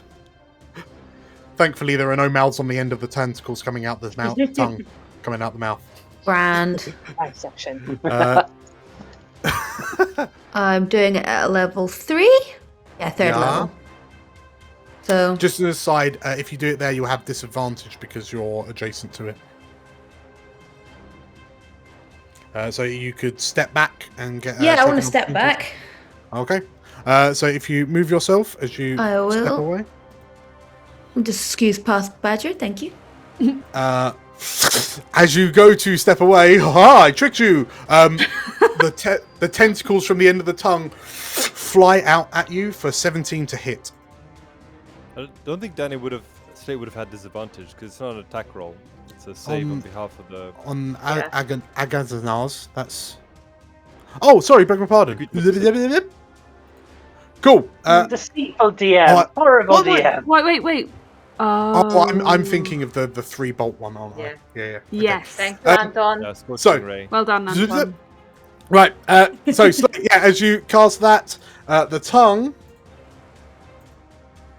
Oh, Bastard! Sorry. gosh darn it. dodges out the way, and the flame of the jet of fire flies off into the distance. As Takes Badger half as struggles. much. Right? It does take half. Yes. Yeah, it takes half. Ah. And it's 3d8 plus 1d8 because I did it at a. So it's 21 divided by 2. So that's 10 what? 10. damage. Cool. Cool. Nice. And the tongue, as it is charred ever so slightly. Anything else, Slate? Yes. Yeah. But I don't know what yet. So. Okay. You have a bonus action. I do have a bonus action, and that's what I'm trying to think about right now. You can't cast any more spells except the cantrip, and you probably don't have one of those. I have cantrips. How dare you? I have so Don't many have one. cantrips. You have no bonus action cantrips unless you have Shillelagh. Yeah, I have Shillelagh, but I'm actually not going to use that. I'd rather take this time to have some deep reflection and turn into. No, there's no immunities there. 1 second. Nope, no, not there either. Hold on. Can you hold be on. a sea creature by this level? You could turn into like a plesiosaur or something like that and jump into the water. I think starfish would be a great option. The thing is, I don't actually see any options there. I'm gonna have to look that up. Can I ready a bonus action? Seeing the creatures, because you have to see them to become them. So, as you said, you've never been on the sea before, so That's this true, is your that's first sea true. creature. But no. I've seen an I mean, octopus. Seen a giant octopus, they've seen giant octopuses. That's all I'm going to say. You've been in a fishmonger's. You might have seen a swordfish. Like Can a I- large can I- swordfish. Am I allowed to turn into a giant octopus? I don't have Yeah. any. I don't have any sea creatures on my list of my allowed Giant stuff. octopus is CR1. Yeah. Do you want to turn into a giant octopus? Well, I don't know what it looks like, or feels like, or is like. It's not on there. Wait a second. Right. Okay, we're going wild shape. Boom. Slate is a Whoa. giant Hey. octopus. That is Hey! scary. Woohoo! Way too many tentacles here. There's far too many tentacles in this encounter. We have more tentacles on our side than the Kraken does. That's the Hiram, thing. you are you are in a tentacly hell. You are in there somewhere. There you are. It actually reminds me. I would like to know if if the haze dropped off of me or not. I 'Cause need, that's gonna make a difference of how I feel about this. I need to make a con save, don't I? Oh no! Yeah. Yes. Have you made the con save? I have not yet, because we haven't come back to it yet. I was waiting till Draw's turn. Yeah, I want okay. to know if this is like a calamari situation, if it's like a hentai awfulness situation. Yep, there's no more haste. Yeah, There's I no think more. you have your haste. answer. yeah, I do. No! You're stunned, right? Or stunned. We're I am. exhausted. Exhausted. Yeah. Yeah. I don't think it's exhausted. It's another status. Yeah, you just can't move, basically, I think. Yep. Or- What is it? It's I can't. I you get can't do penalties. anything for one turn. I can't move. Can't do actions. Can't do anything. Okay. Just So sit there and go, so Slate has transformed into a giant octopus, and I think that's it. So Balthazar, what do you do? I will help Emily up Yeah. with a healing word. Mm-hmm. Thank you. Second level. Yes. Roll healing word. Second level. Cast consume. That up. For 12. Lovely. I'll pop that on her. And Sounds I would good, like then. to either use mending or shillelagh to attach the alchemist bottles to the ballista bolt. Yeah, that's absolutely fine. One or the other. I don't know. Either create some vines to attach it, or like mend it so that something like that. Okay. Sounds good. That will be all me turns. Okay. Drew. I want to stretch a little bit of logic here, if that's okay. Uh-huh. Are you going to fire Drool out of a ballista? And then I want Draw to basically headbutt the switch of the ballista and fire it into the tongue. Which one? the one right at the front. Okay. Yeah.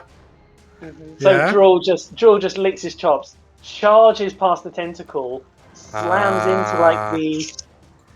So before I have enough do... movement to step away. Right, if you look in Drool's inventory, there is a Ballista Bolt Strength ability. Oh my god. What? So Boom! Oh no!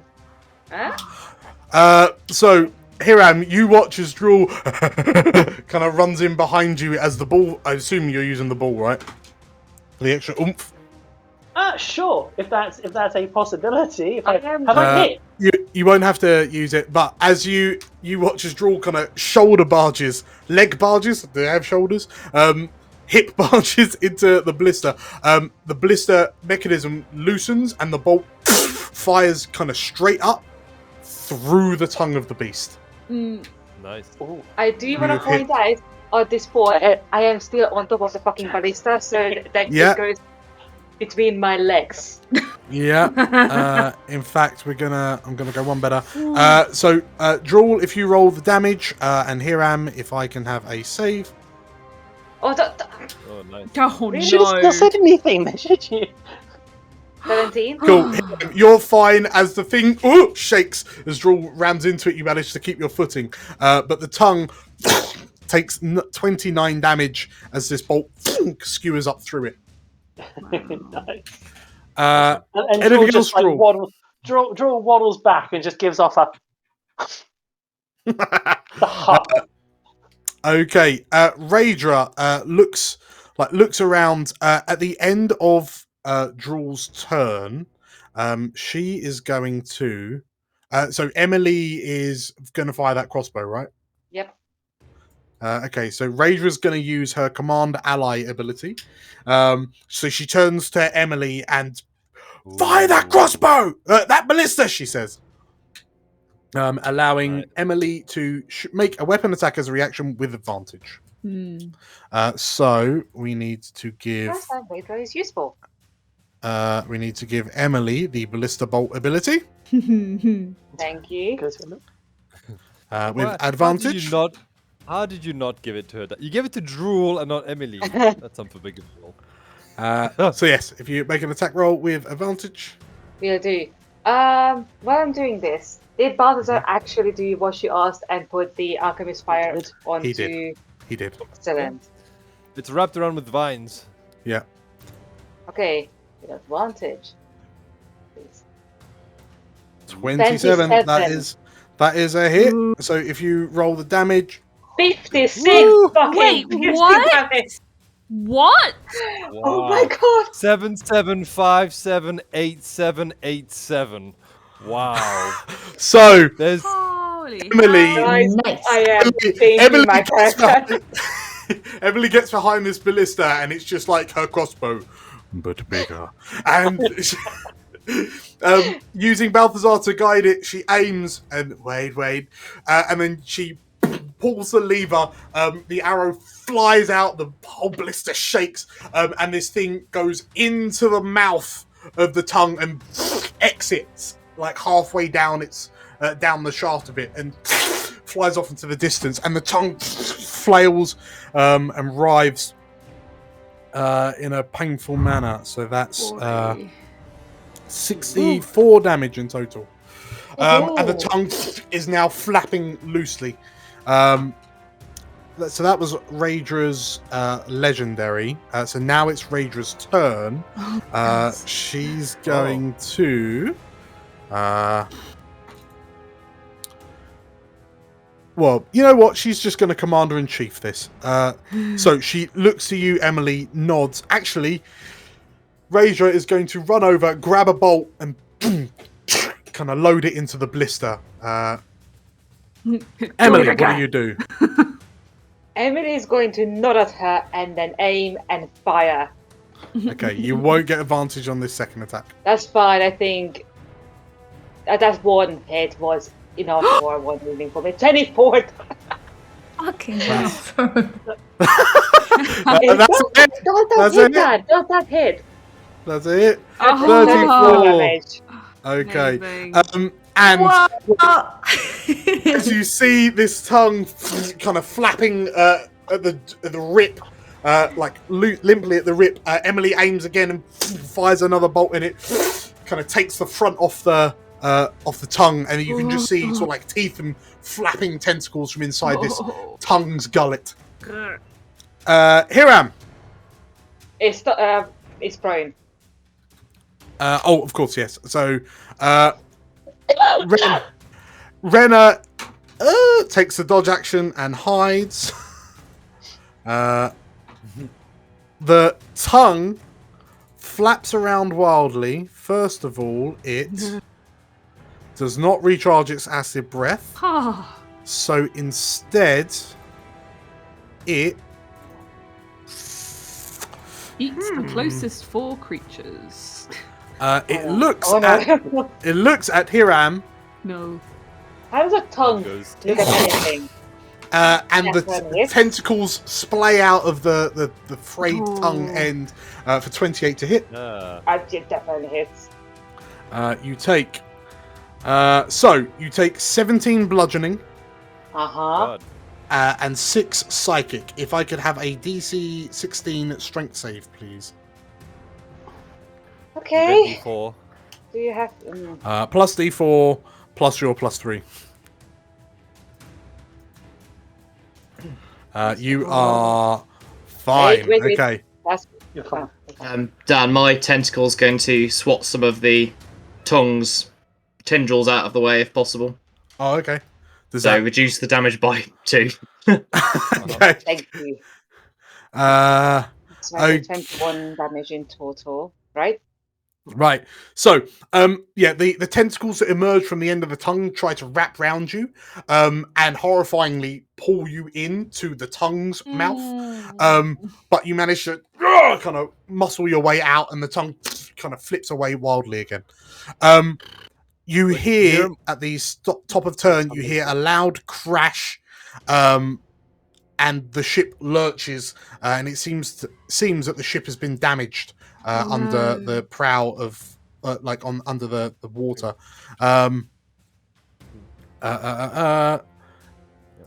There's another crash from the other side as this one.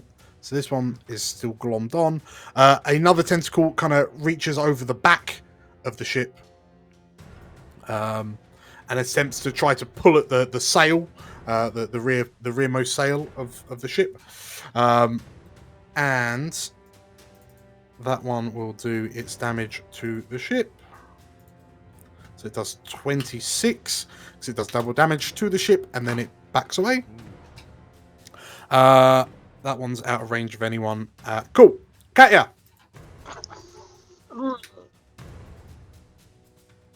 The front of the ship is coated in this thick purplish blood. As this tongue sprays blood in all directions.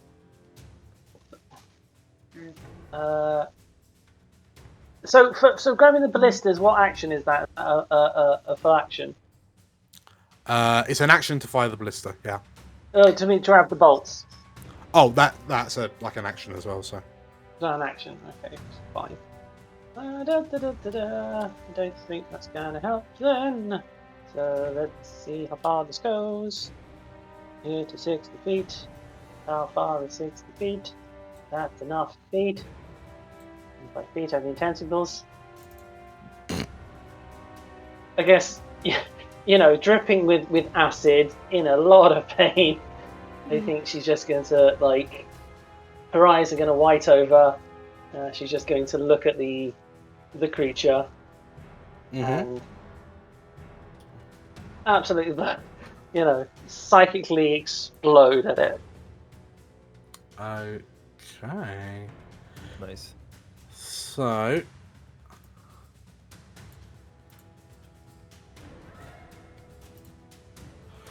$24.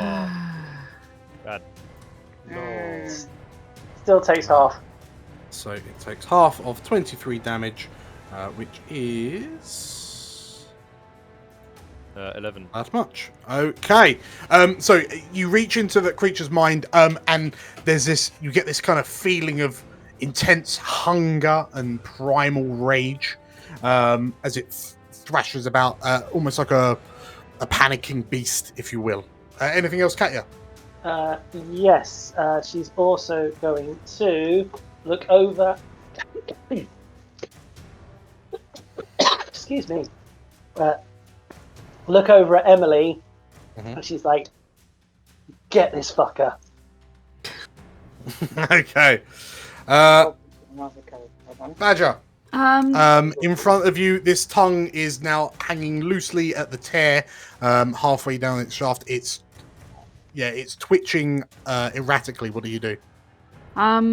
Does it seem like there are plenty of other people who can reload the ballistas right now, or would it be helpful for Badger to do it? So it looks like Raedra has handed out a bolt to Emily. Balthazar's nearby. Zumbo stood with a bolt in his hand. Oh, okay. So yeah, because it's just that these bolts seem to be the best thing we can do right now. But if there are other people ready to reload, then actually no. I think Badger's going to be a team player. She's going to run over, grab a bolt, run back, and reload. As you go. Yes. The tongue. Oh, it's got a 10-foot reach, has it? That's nice. The tongue swings out at you for 21 to hit. That is a hit. It hits you for 23 bludgeoning and 13 psychic. Wow. Okay. And then can I have a DC 16 strength save? It rolled really high on those attacks. So that's a fail. Oh God. So, and do you have inspiration? Can you potentially reroll that? I have got inspiration, but it's not gonna. A D8's not gonna do it, is it? That's not good. So you got D8 plus D4. Oh, that's true. I've got a So my D4 would have made it a 7. So might be worth using my bardic. So Plus I'm going to 3 do that. from being near Hiram. Oh yeah. Plus another 10. 3, so 10. So it is worth using my bardic in that case. Let's try. You need a 6 or more. Oh, okay. Hang on. How much have you failed by? I failed by 3. 3. Maybe. How far is the range? 60 feet? Yeah, you're within 60. Words. Wait. 1d8. But. Okay. We tried, guys. We tried. It's okay. That's fine. Okay, so what is... So just tell me how much damage I'm taking. So, you take 36 damage, bludgeoning a psychic. The tentacles wrap round Badger. They lift her off the ground. Sorry. And you watch as the tentacles retract towards the tongue and Badger disappears into the creature's maw. Oh, okay. You are blinded. You are restrained. You have total cover against attacks and other effects outside. And at the start of its turn, you will take acid damage. So, Zombo, you watch as Badger disappears inside the tongue. So is the tongue gone completely, or is it just the... I could have bonus action disengaged. The tongue of the tongue. Yeah. I thought I was far enough away from it that I wouldn't take an attack of opportunity. Never mind. Zombo, what do you do?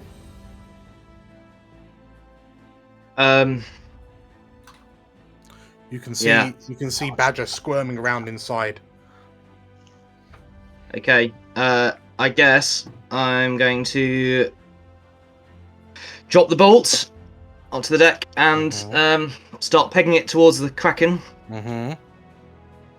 And when I get to basically sort of dodging past or through the larger folks, I'll have to probably bonus action dash to get there. But can I jump into its mouth? Oh, you can. So basically, I don't want to go too deep in. I just want to try and cut Badger out, and then I don't want to get swallowed. So, Zumbo, you... So what, we'll do this. So, Badger, you're kind of inside this thing. Everyone watches as Zumbo runs to the front of the ship, leaps into the Kraken's maw. Wow. And, as an aside, Zumbo, that sounds quite inspired. Yeah. You gain inspiration. Very What, good. for being stupid, great. Yeah. That's how it works. That's how Okay. Tactic. it works. Make your attack, Zumbo Marifat. Yeah, give him a booming blade. Let's see what we can do. I do have bless, if that helps. So, 14. That's not going to hit. So you've got inspiration. Yeah, okay, I will use that definitely. Oh come Oh on! man. Aww. You've got inspiration. Okay. Yeah, I think that's in it. Zumbo, you disappear. Into the Kraken's mouth. And anything else? Hang on, Badger, I'm coming. I think. Any attacks with the tentacle? Sadly, I've used my bonus action. Okay. Slate giant octopus. I would also like to go into the mouth. However, what I'd like to do is also, and yes, this might be a little bit far-fetched, so you can tell me not to if you want. I'd like to tie up the rest of the tongue. Fire a ballista. You want to tie up the tongue? Yeah. I want to use all my many 8 tentacles to tie up the tongue really tight at the close to the maw, wherever the tongue is starting to do its thing, wherever it becomes less of a kraken and more of a sentient tongue. Yeah. Okay. Roll an attack. This is, Cool. this is just all kinds of wrong. Can I just check? I haven't got inspiration on my giant octopus sheet, but I did have inspiration before. Is that correct? I believe so. Okay, cool. Right, okay. What am I rolling? I'm rolling attack. Yeah. So roll your tentacles attack. 1 second. There we go. Come on. That's a hit. Yes! Roll Okay. for damage. Okay. So, Slate the octopus, as you watch Badger get swallowed by this thing's tongue, and then you watch Zumbo jump in after it. Tell me, how do you do this? Well, from the sides of the kraken where I'm at, I imagine it would be like a weird slithery, like crawls in like very floopily, Yeah. and then gets to wherever the bit of where I can see a badger-shaped bit of the tongue is, and then underneath that, get it, roll a bit of it underneath, and try and push the badger back out of the tongue. Okay. Tying it up in a knot. There's Yes, also exactly, like toothpaste from a tube, but with a knot in it. There's also a Zumbo floating around in the back of this creature's gullet. I mean, have I got any chance of grabbing a Zumbo? Absolutely. You tell me. I'm also gonna grab. I mean, I've got eight tentacles. I can do things. I'm a multitasker. Okay, so in which case, yes, like, as you reach in, you kind of wrap round the tongue with some of your tentacles. You squeeze, you fold it over, pull it in a knot, and then with a hoof, like a big heave, Badger kind of flies out like she's been fired out of a tube. As you see Zumbo kind of on the back of this creature as he gets knocked back, and as he's about to disappear down the throat of the Kraken, you manage to reach out with a tentacle and grab him and pull him out. Slingshot, and as- slingshot right out as well. So there's two halflings. Oh, no, wait, no, one halfling, one gnome flying out of a. So as Badger kind of skitters across the deck and Zumbo bounces off Balthazar, as you pull yourself back, you with the knot in the tongue, you manage to rip the tongue in half, and as the bottom half of it flails and crashes, Zumbo, you notice that the Kraken's eyes suddenly seem to focus. It kind of retches and sort of compresses, pushing almost its mouth out, like its throat as forward as far as it can, presenting this creature. It retches, and you see this slimy tentacle kind of being forced up its throat. And as this creature kind of flaps around in its mouth, you watch as the Kraken closes its mouth and blood flies in all directions as it eats this thing that was clinging to the insides of its throat. As you see the creature, what's left of the creature kind of writhing about, the tentacles from its mouth are trying to grab for you, Slate, trying to just kind of sliding off your rubbery hide. And as there's a few more crunches, you watch as the tongue stops moving. Nice. The We've still got a Kraken to deal with, right? The Kraken. The creature slides off the front of the ship, lowers into the water, so its eyes are just above the water's surface. And Zumbo, in your head, you hear, "The bond is severed." And then we'll go to a 10-minute break. Very good. Is that good though? I don't know. We'll find out, I guess. See you in 10. Patty's gone. Hello, Catchy Donahue here. If you'd like the Ballad of the Warhounds on CD and MP3, consider subscribing. As for whatever a CD or an MP3 is, I don't know, it sounds like some kind of wizard stuff. Bye!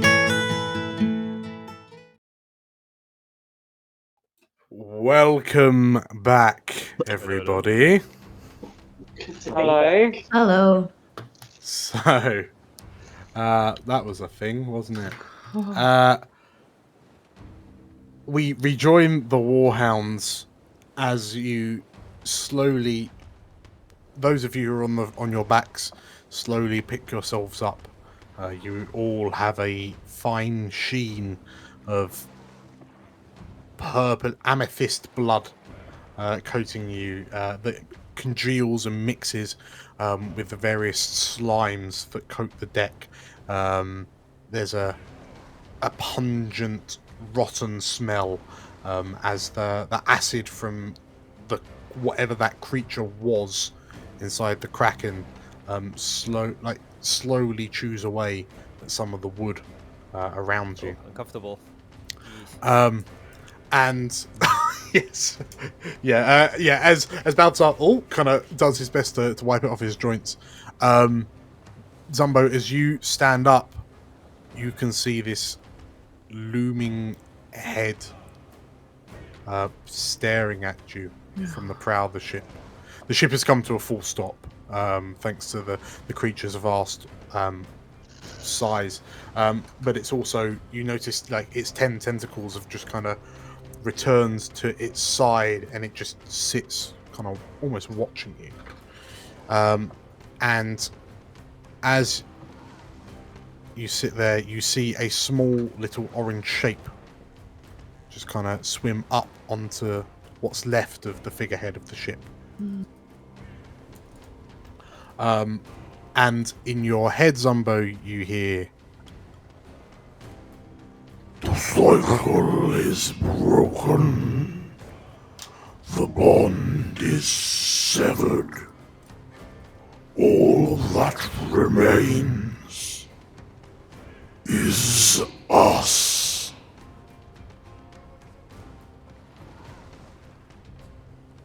I guess that he'll do a quick sort of head count just to make sure everybody's made it out okay. And then seeing that we're okay. You have to double take because there's 2 orange squids on deck. one small one, one large one. But you notice that the larger one is just kind of sitting somewhat contently, waving. They're what appears splashing to in be- the water. with one tentacle waving what appears to be the front half of the tongue that was in the Kraken's mouth. Oh. Okay.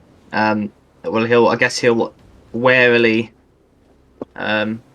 step towards the front and look this Kraken in the eye. Look at Betty first, and then look over her at the Kraken. And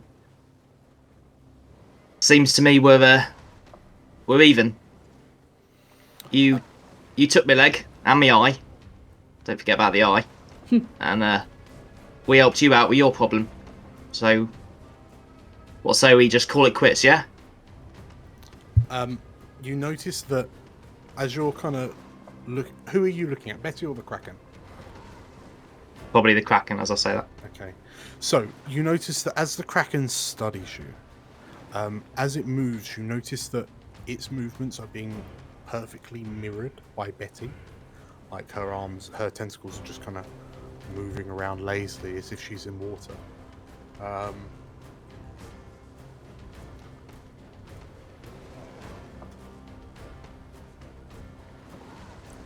This one finds the agreement amenable insect.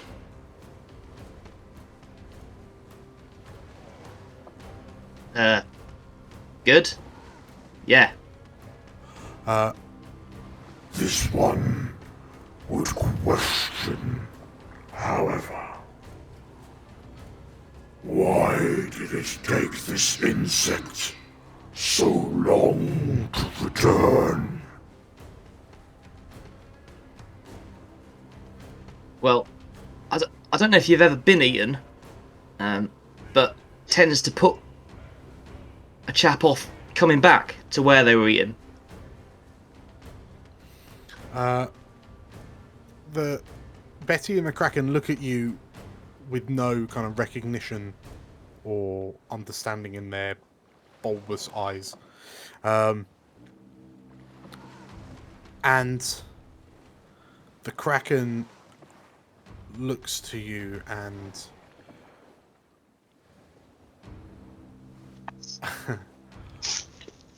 Whilst this one does not understand your words, this one does understand losing autonomy. I would see those who infected this one punished. This insect will punish those who did this in this one's place.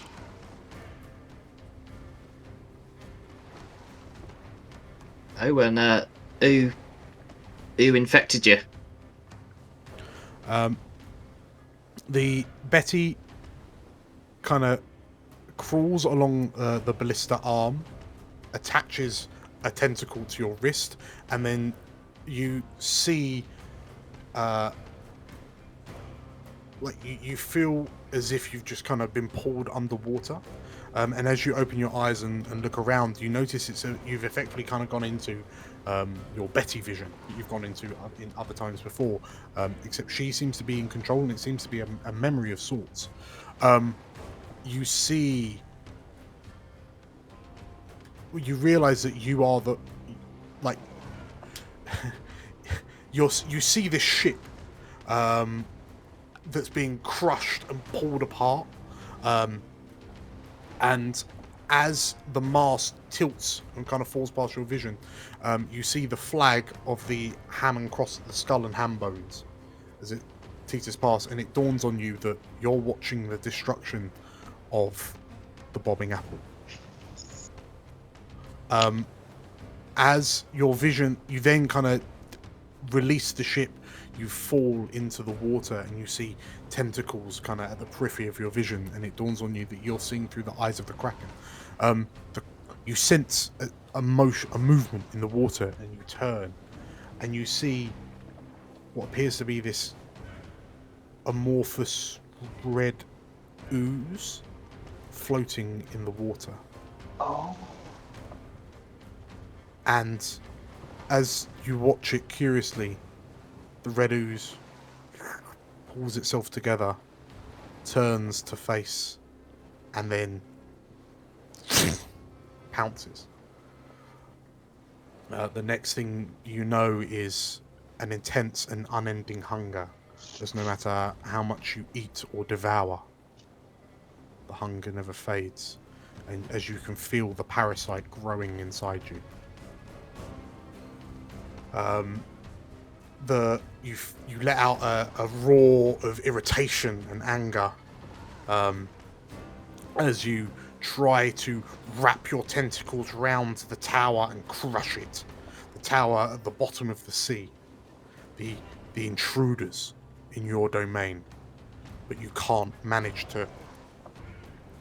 There's something stopping you. Almost like an impenetrable bubble. And as you peer through the windows of the tower, all you can see inside is darkness. You recognize the tower as the one from Renner's vision.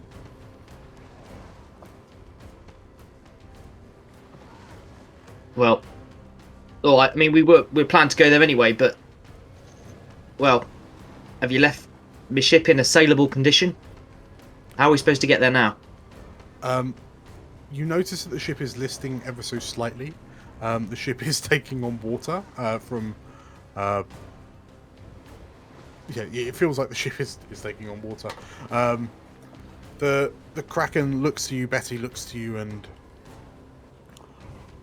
This one will transport you. Oh, no, this one will not. The Betty and the Kraken almost kind of lean to the side.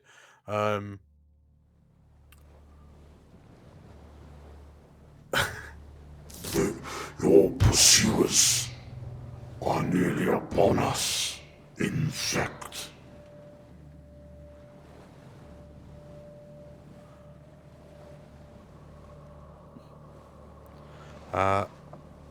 The Kraken almost shrugs. It is in this one's interest to shepherd you all safely.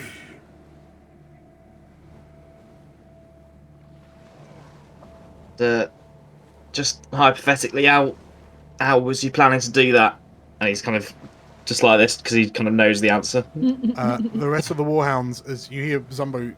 So, the rest of the Warhounds, you're stood listening to one half of a conversation.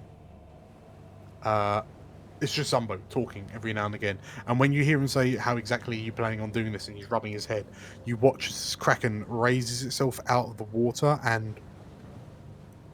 Oh, come on. opens its mouth wide. That cannot be sanitary. Hiram, you're somewhat surprised when, yes, as you say that, Rager steps forward and absolutely not.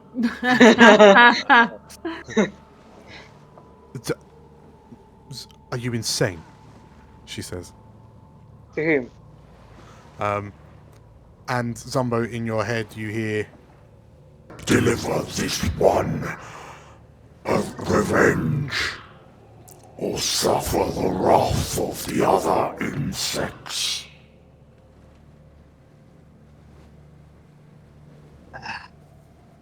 He'll turn back to the rest of the crew then and say, right,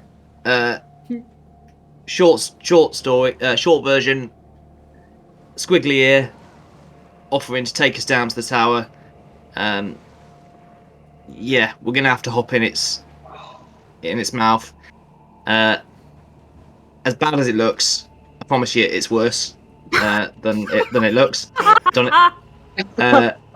But the alternative is we can get hanged as traitors. So, Right. you know, Right. Zombo, yeah. is this a bathtub situation? Is this like a very kind of aggressive mode of dealing with an issue that you have been grappling with? Is that what's going on here, or are you being 100% serious that that's what's going to happen? That he's going to take us down to more danger? Well, thing is, as mad as it sounds, I reckon we weren't going to escape them anyway. They're too fast, and now the ship's damaged. We haven't got a hope. So maybe it is our only option. I mean, I don't believe me here. I hate it more than you do. Okay, you know what? Fuck it, inside. And I'm gonna walk into his mouth. There are Early adopter Hiram. on seeing Hiram walk into its mouth, I think Slate will follow in still in octopus form, like just like in. Okay. There are stories of people being ate by whales and turning up on the other side of the world, so can't be all that bad. Come on, Drool. Drool does not look impressed. He does. I feel like this is when like dogs like are like leaving the park and they're like looking around like, no, I'm not leaving. Okay, Hiram has boarded. Yeah. After you, Balthazar. Yeah, can I stay on the outside, I please? can't board Dan. You want to stay on the outside? Yeah, I don't want to go in. Okay, let me ask. Here, my friend here, you don't really need to breathe. Do you mind just carrying him? Betty looks at Balthazar, looks to the Kraken. This one cares not. So Balthazar is more than happy for Balthazar to get carried by a tentacle. Alright. Balthazar will then hop onto the Kraken and sort of sit on its head. Balthazar, if this thing even looks like it's going to start chewing, you go nuclear, you right? Okay. With that, he'll walk in as well. Okay. So just to check, Katya and Drool have jumped in as well, yeah? Yes, I have, yes. Okay. Badger, Zumbo. Badger actually runs in the opposite direction and disappears downstairs, and then a few seconds later she comes back up holding her flowers and says, "Ready!" And she gets on. Okay. That is the most adorable. Zumbo forgot to loot the chest as well. Ooh. Yeah, no time for that now. I mean, there might be. Ooh. No, he's more concerned about getting everyone else on. Okay. Just get this over with. Okay. Slate, are you just swimming alongside the Kraken? I was gonna go inside, but then I guess if I saw Balthazar standing on the outside, I'd go in and then, like, you know, basically giant octopus splodge over everyone, and then go, I don't need to be in here, but only in my head. No one would hear that, and then just kind of like, and then kind of pop out, and then just like stick onto one of the sides near the Balty boy. Okay. In which case, yeah, as Balthazar and Slate issue act as entourages, as Emily crosses the I like to think that Slade is acting as a harness for Balthazar. So we're like strapped into the Kraken going, alright, let's go! As Emily crosses the prow of the ship, the figure, what's left of the figurehead, she stops at the maw of the Kraken, and she looks to you, Katya, and for some reason, this still manages to smell better than drool.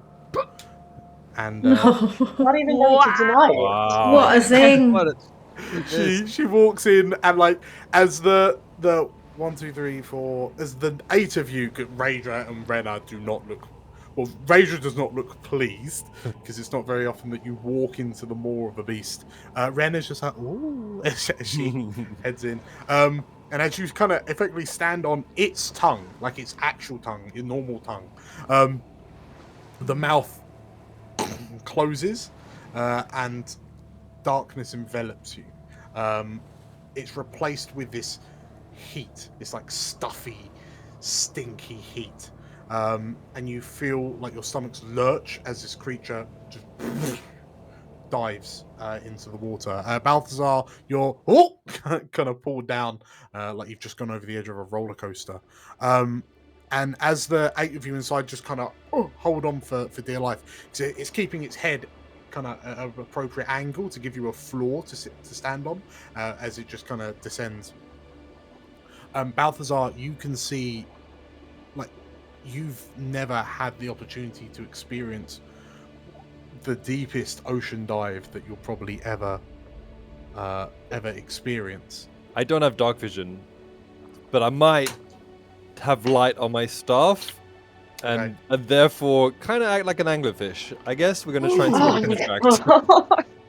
Yeah, that sounds good. So, in which case, yeah, Balthazar, your watery world, and it looks beautifully serene and peaceful, apart from the bubbles that kind of emerging from the Kraken in various tubes and its maw and whatnot. And like you can see these kind of aqueous shapes just kind of moving about in the gloom around you, and like you can't hear anything except for the sounds of as you kind of sink further and further. And as you reach this almost like zen-like state, the light around you just dims and dims and dims until the only thing you can see is like 40 foot from your staff. You keep going. What about with dark vision? Does it like... With dark vision, you can see in like cheap, crappy black and white 90s CCTV.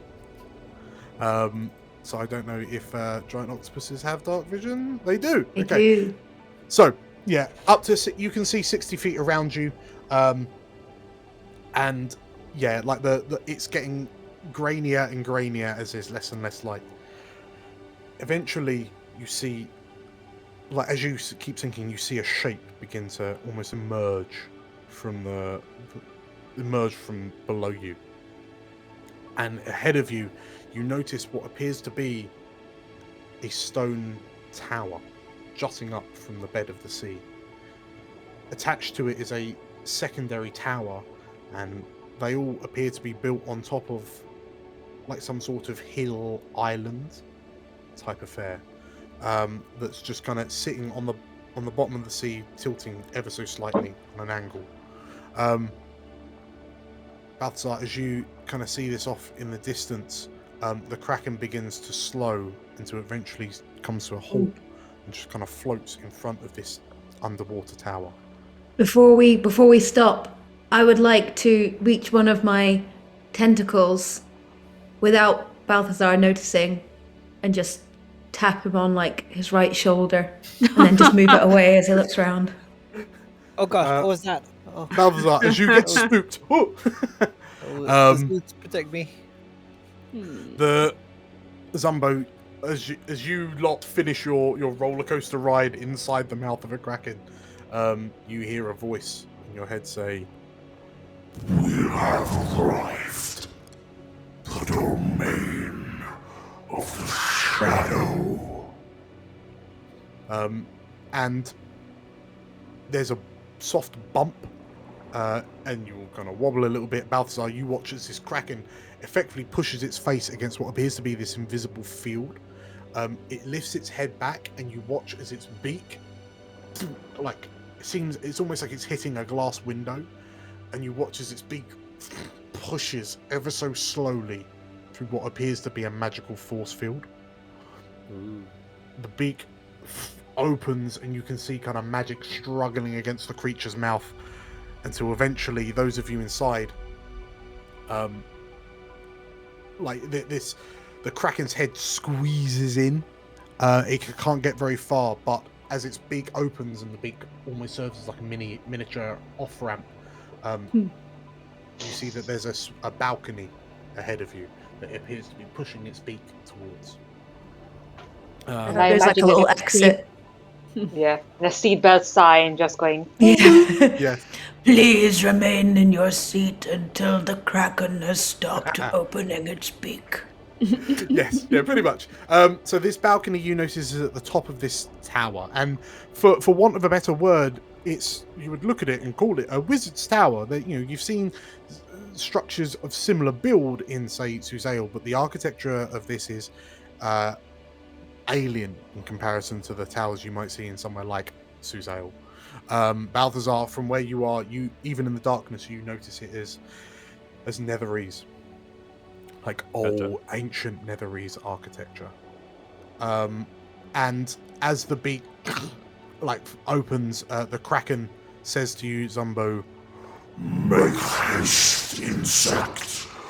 The barrier rebels this one." You are going to come back and pick us up, right? I don't want to do your dirty work for you and then be left down here. The Kraken doesn't respond. Right, yeah, probably should have asked that before we got in. Yeah, got you. Okay. As that happens, you also notice that Balthazar, your tentacle kind of wraps round to where its beak is, and fundamentally, you and Slate are forced through a gap in between the beak, and everyone inside, you just watch as Balthazar is like forced through, like a birthing hippo. As he's man! What? As his tentacle squeezes Balthazar through and plonks him on the balcony of this tower. And Balthazar, as you stand on the balcony and you look around, and you're a good sort of like you're at the top of a tower. But although the area around you is damp and wet and mouldy and mildewy, inside this bubble, for all intents and purposes, there is no water. If you were to step off this balcony, you would plummet probably to your death. Oh, hi again. So there just seems to be very similar to your magic circle, but island-sized. Gotcha. Everyone okay? Well, so you say this. Has anyone come out of the mouth? Oh, yes. Yeah. All right, everybody. We're Let's all go. out. We're out. We're out. Okay. So as you all kind of jump off the end of the Kraken's beak onto the balcony, in front on this balcony there is. It looks like just an observation balcony. There's a set of rather elaborate black stained window doors in front of you, but there's also this chill in the air that hangs in the air. This far under the sea, there is no sun, there is no heat. The only thing that allows you to see right now is the light from Balthazar's staff and your dark visions. As you gather together on this balcony, the Kraken then pulls its tentacle back and pulls its beak back, and some water seeps through, but then what is effectively a force field, like a shield, covers back over, and you find yourselves in the bubble, and you can just see the shadow of the Kraken watching you. Did Betty come through with us? She did. Okay. How long was the journey? Was it like a short rest type stuff?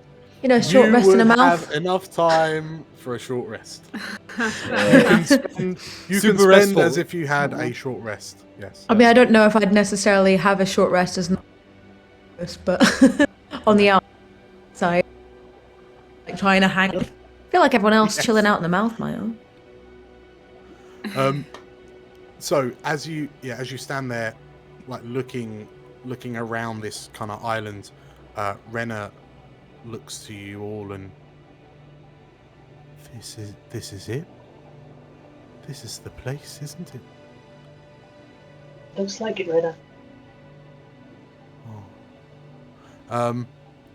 And yeah, so you're all crammed on this balcony. The doors are in front of you.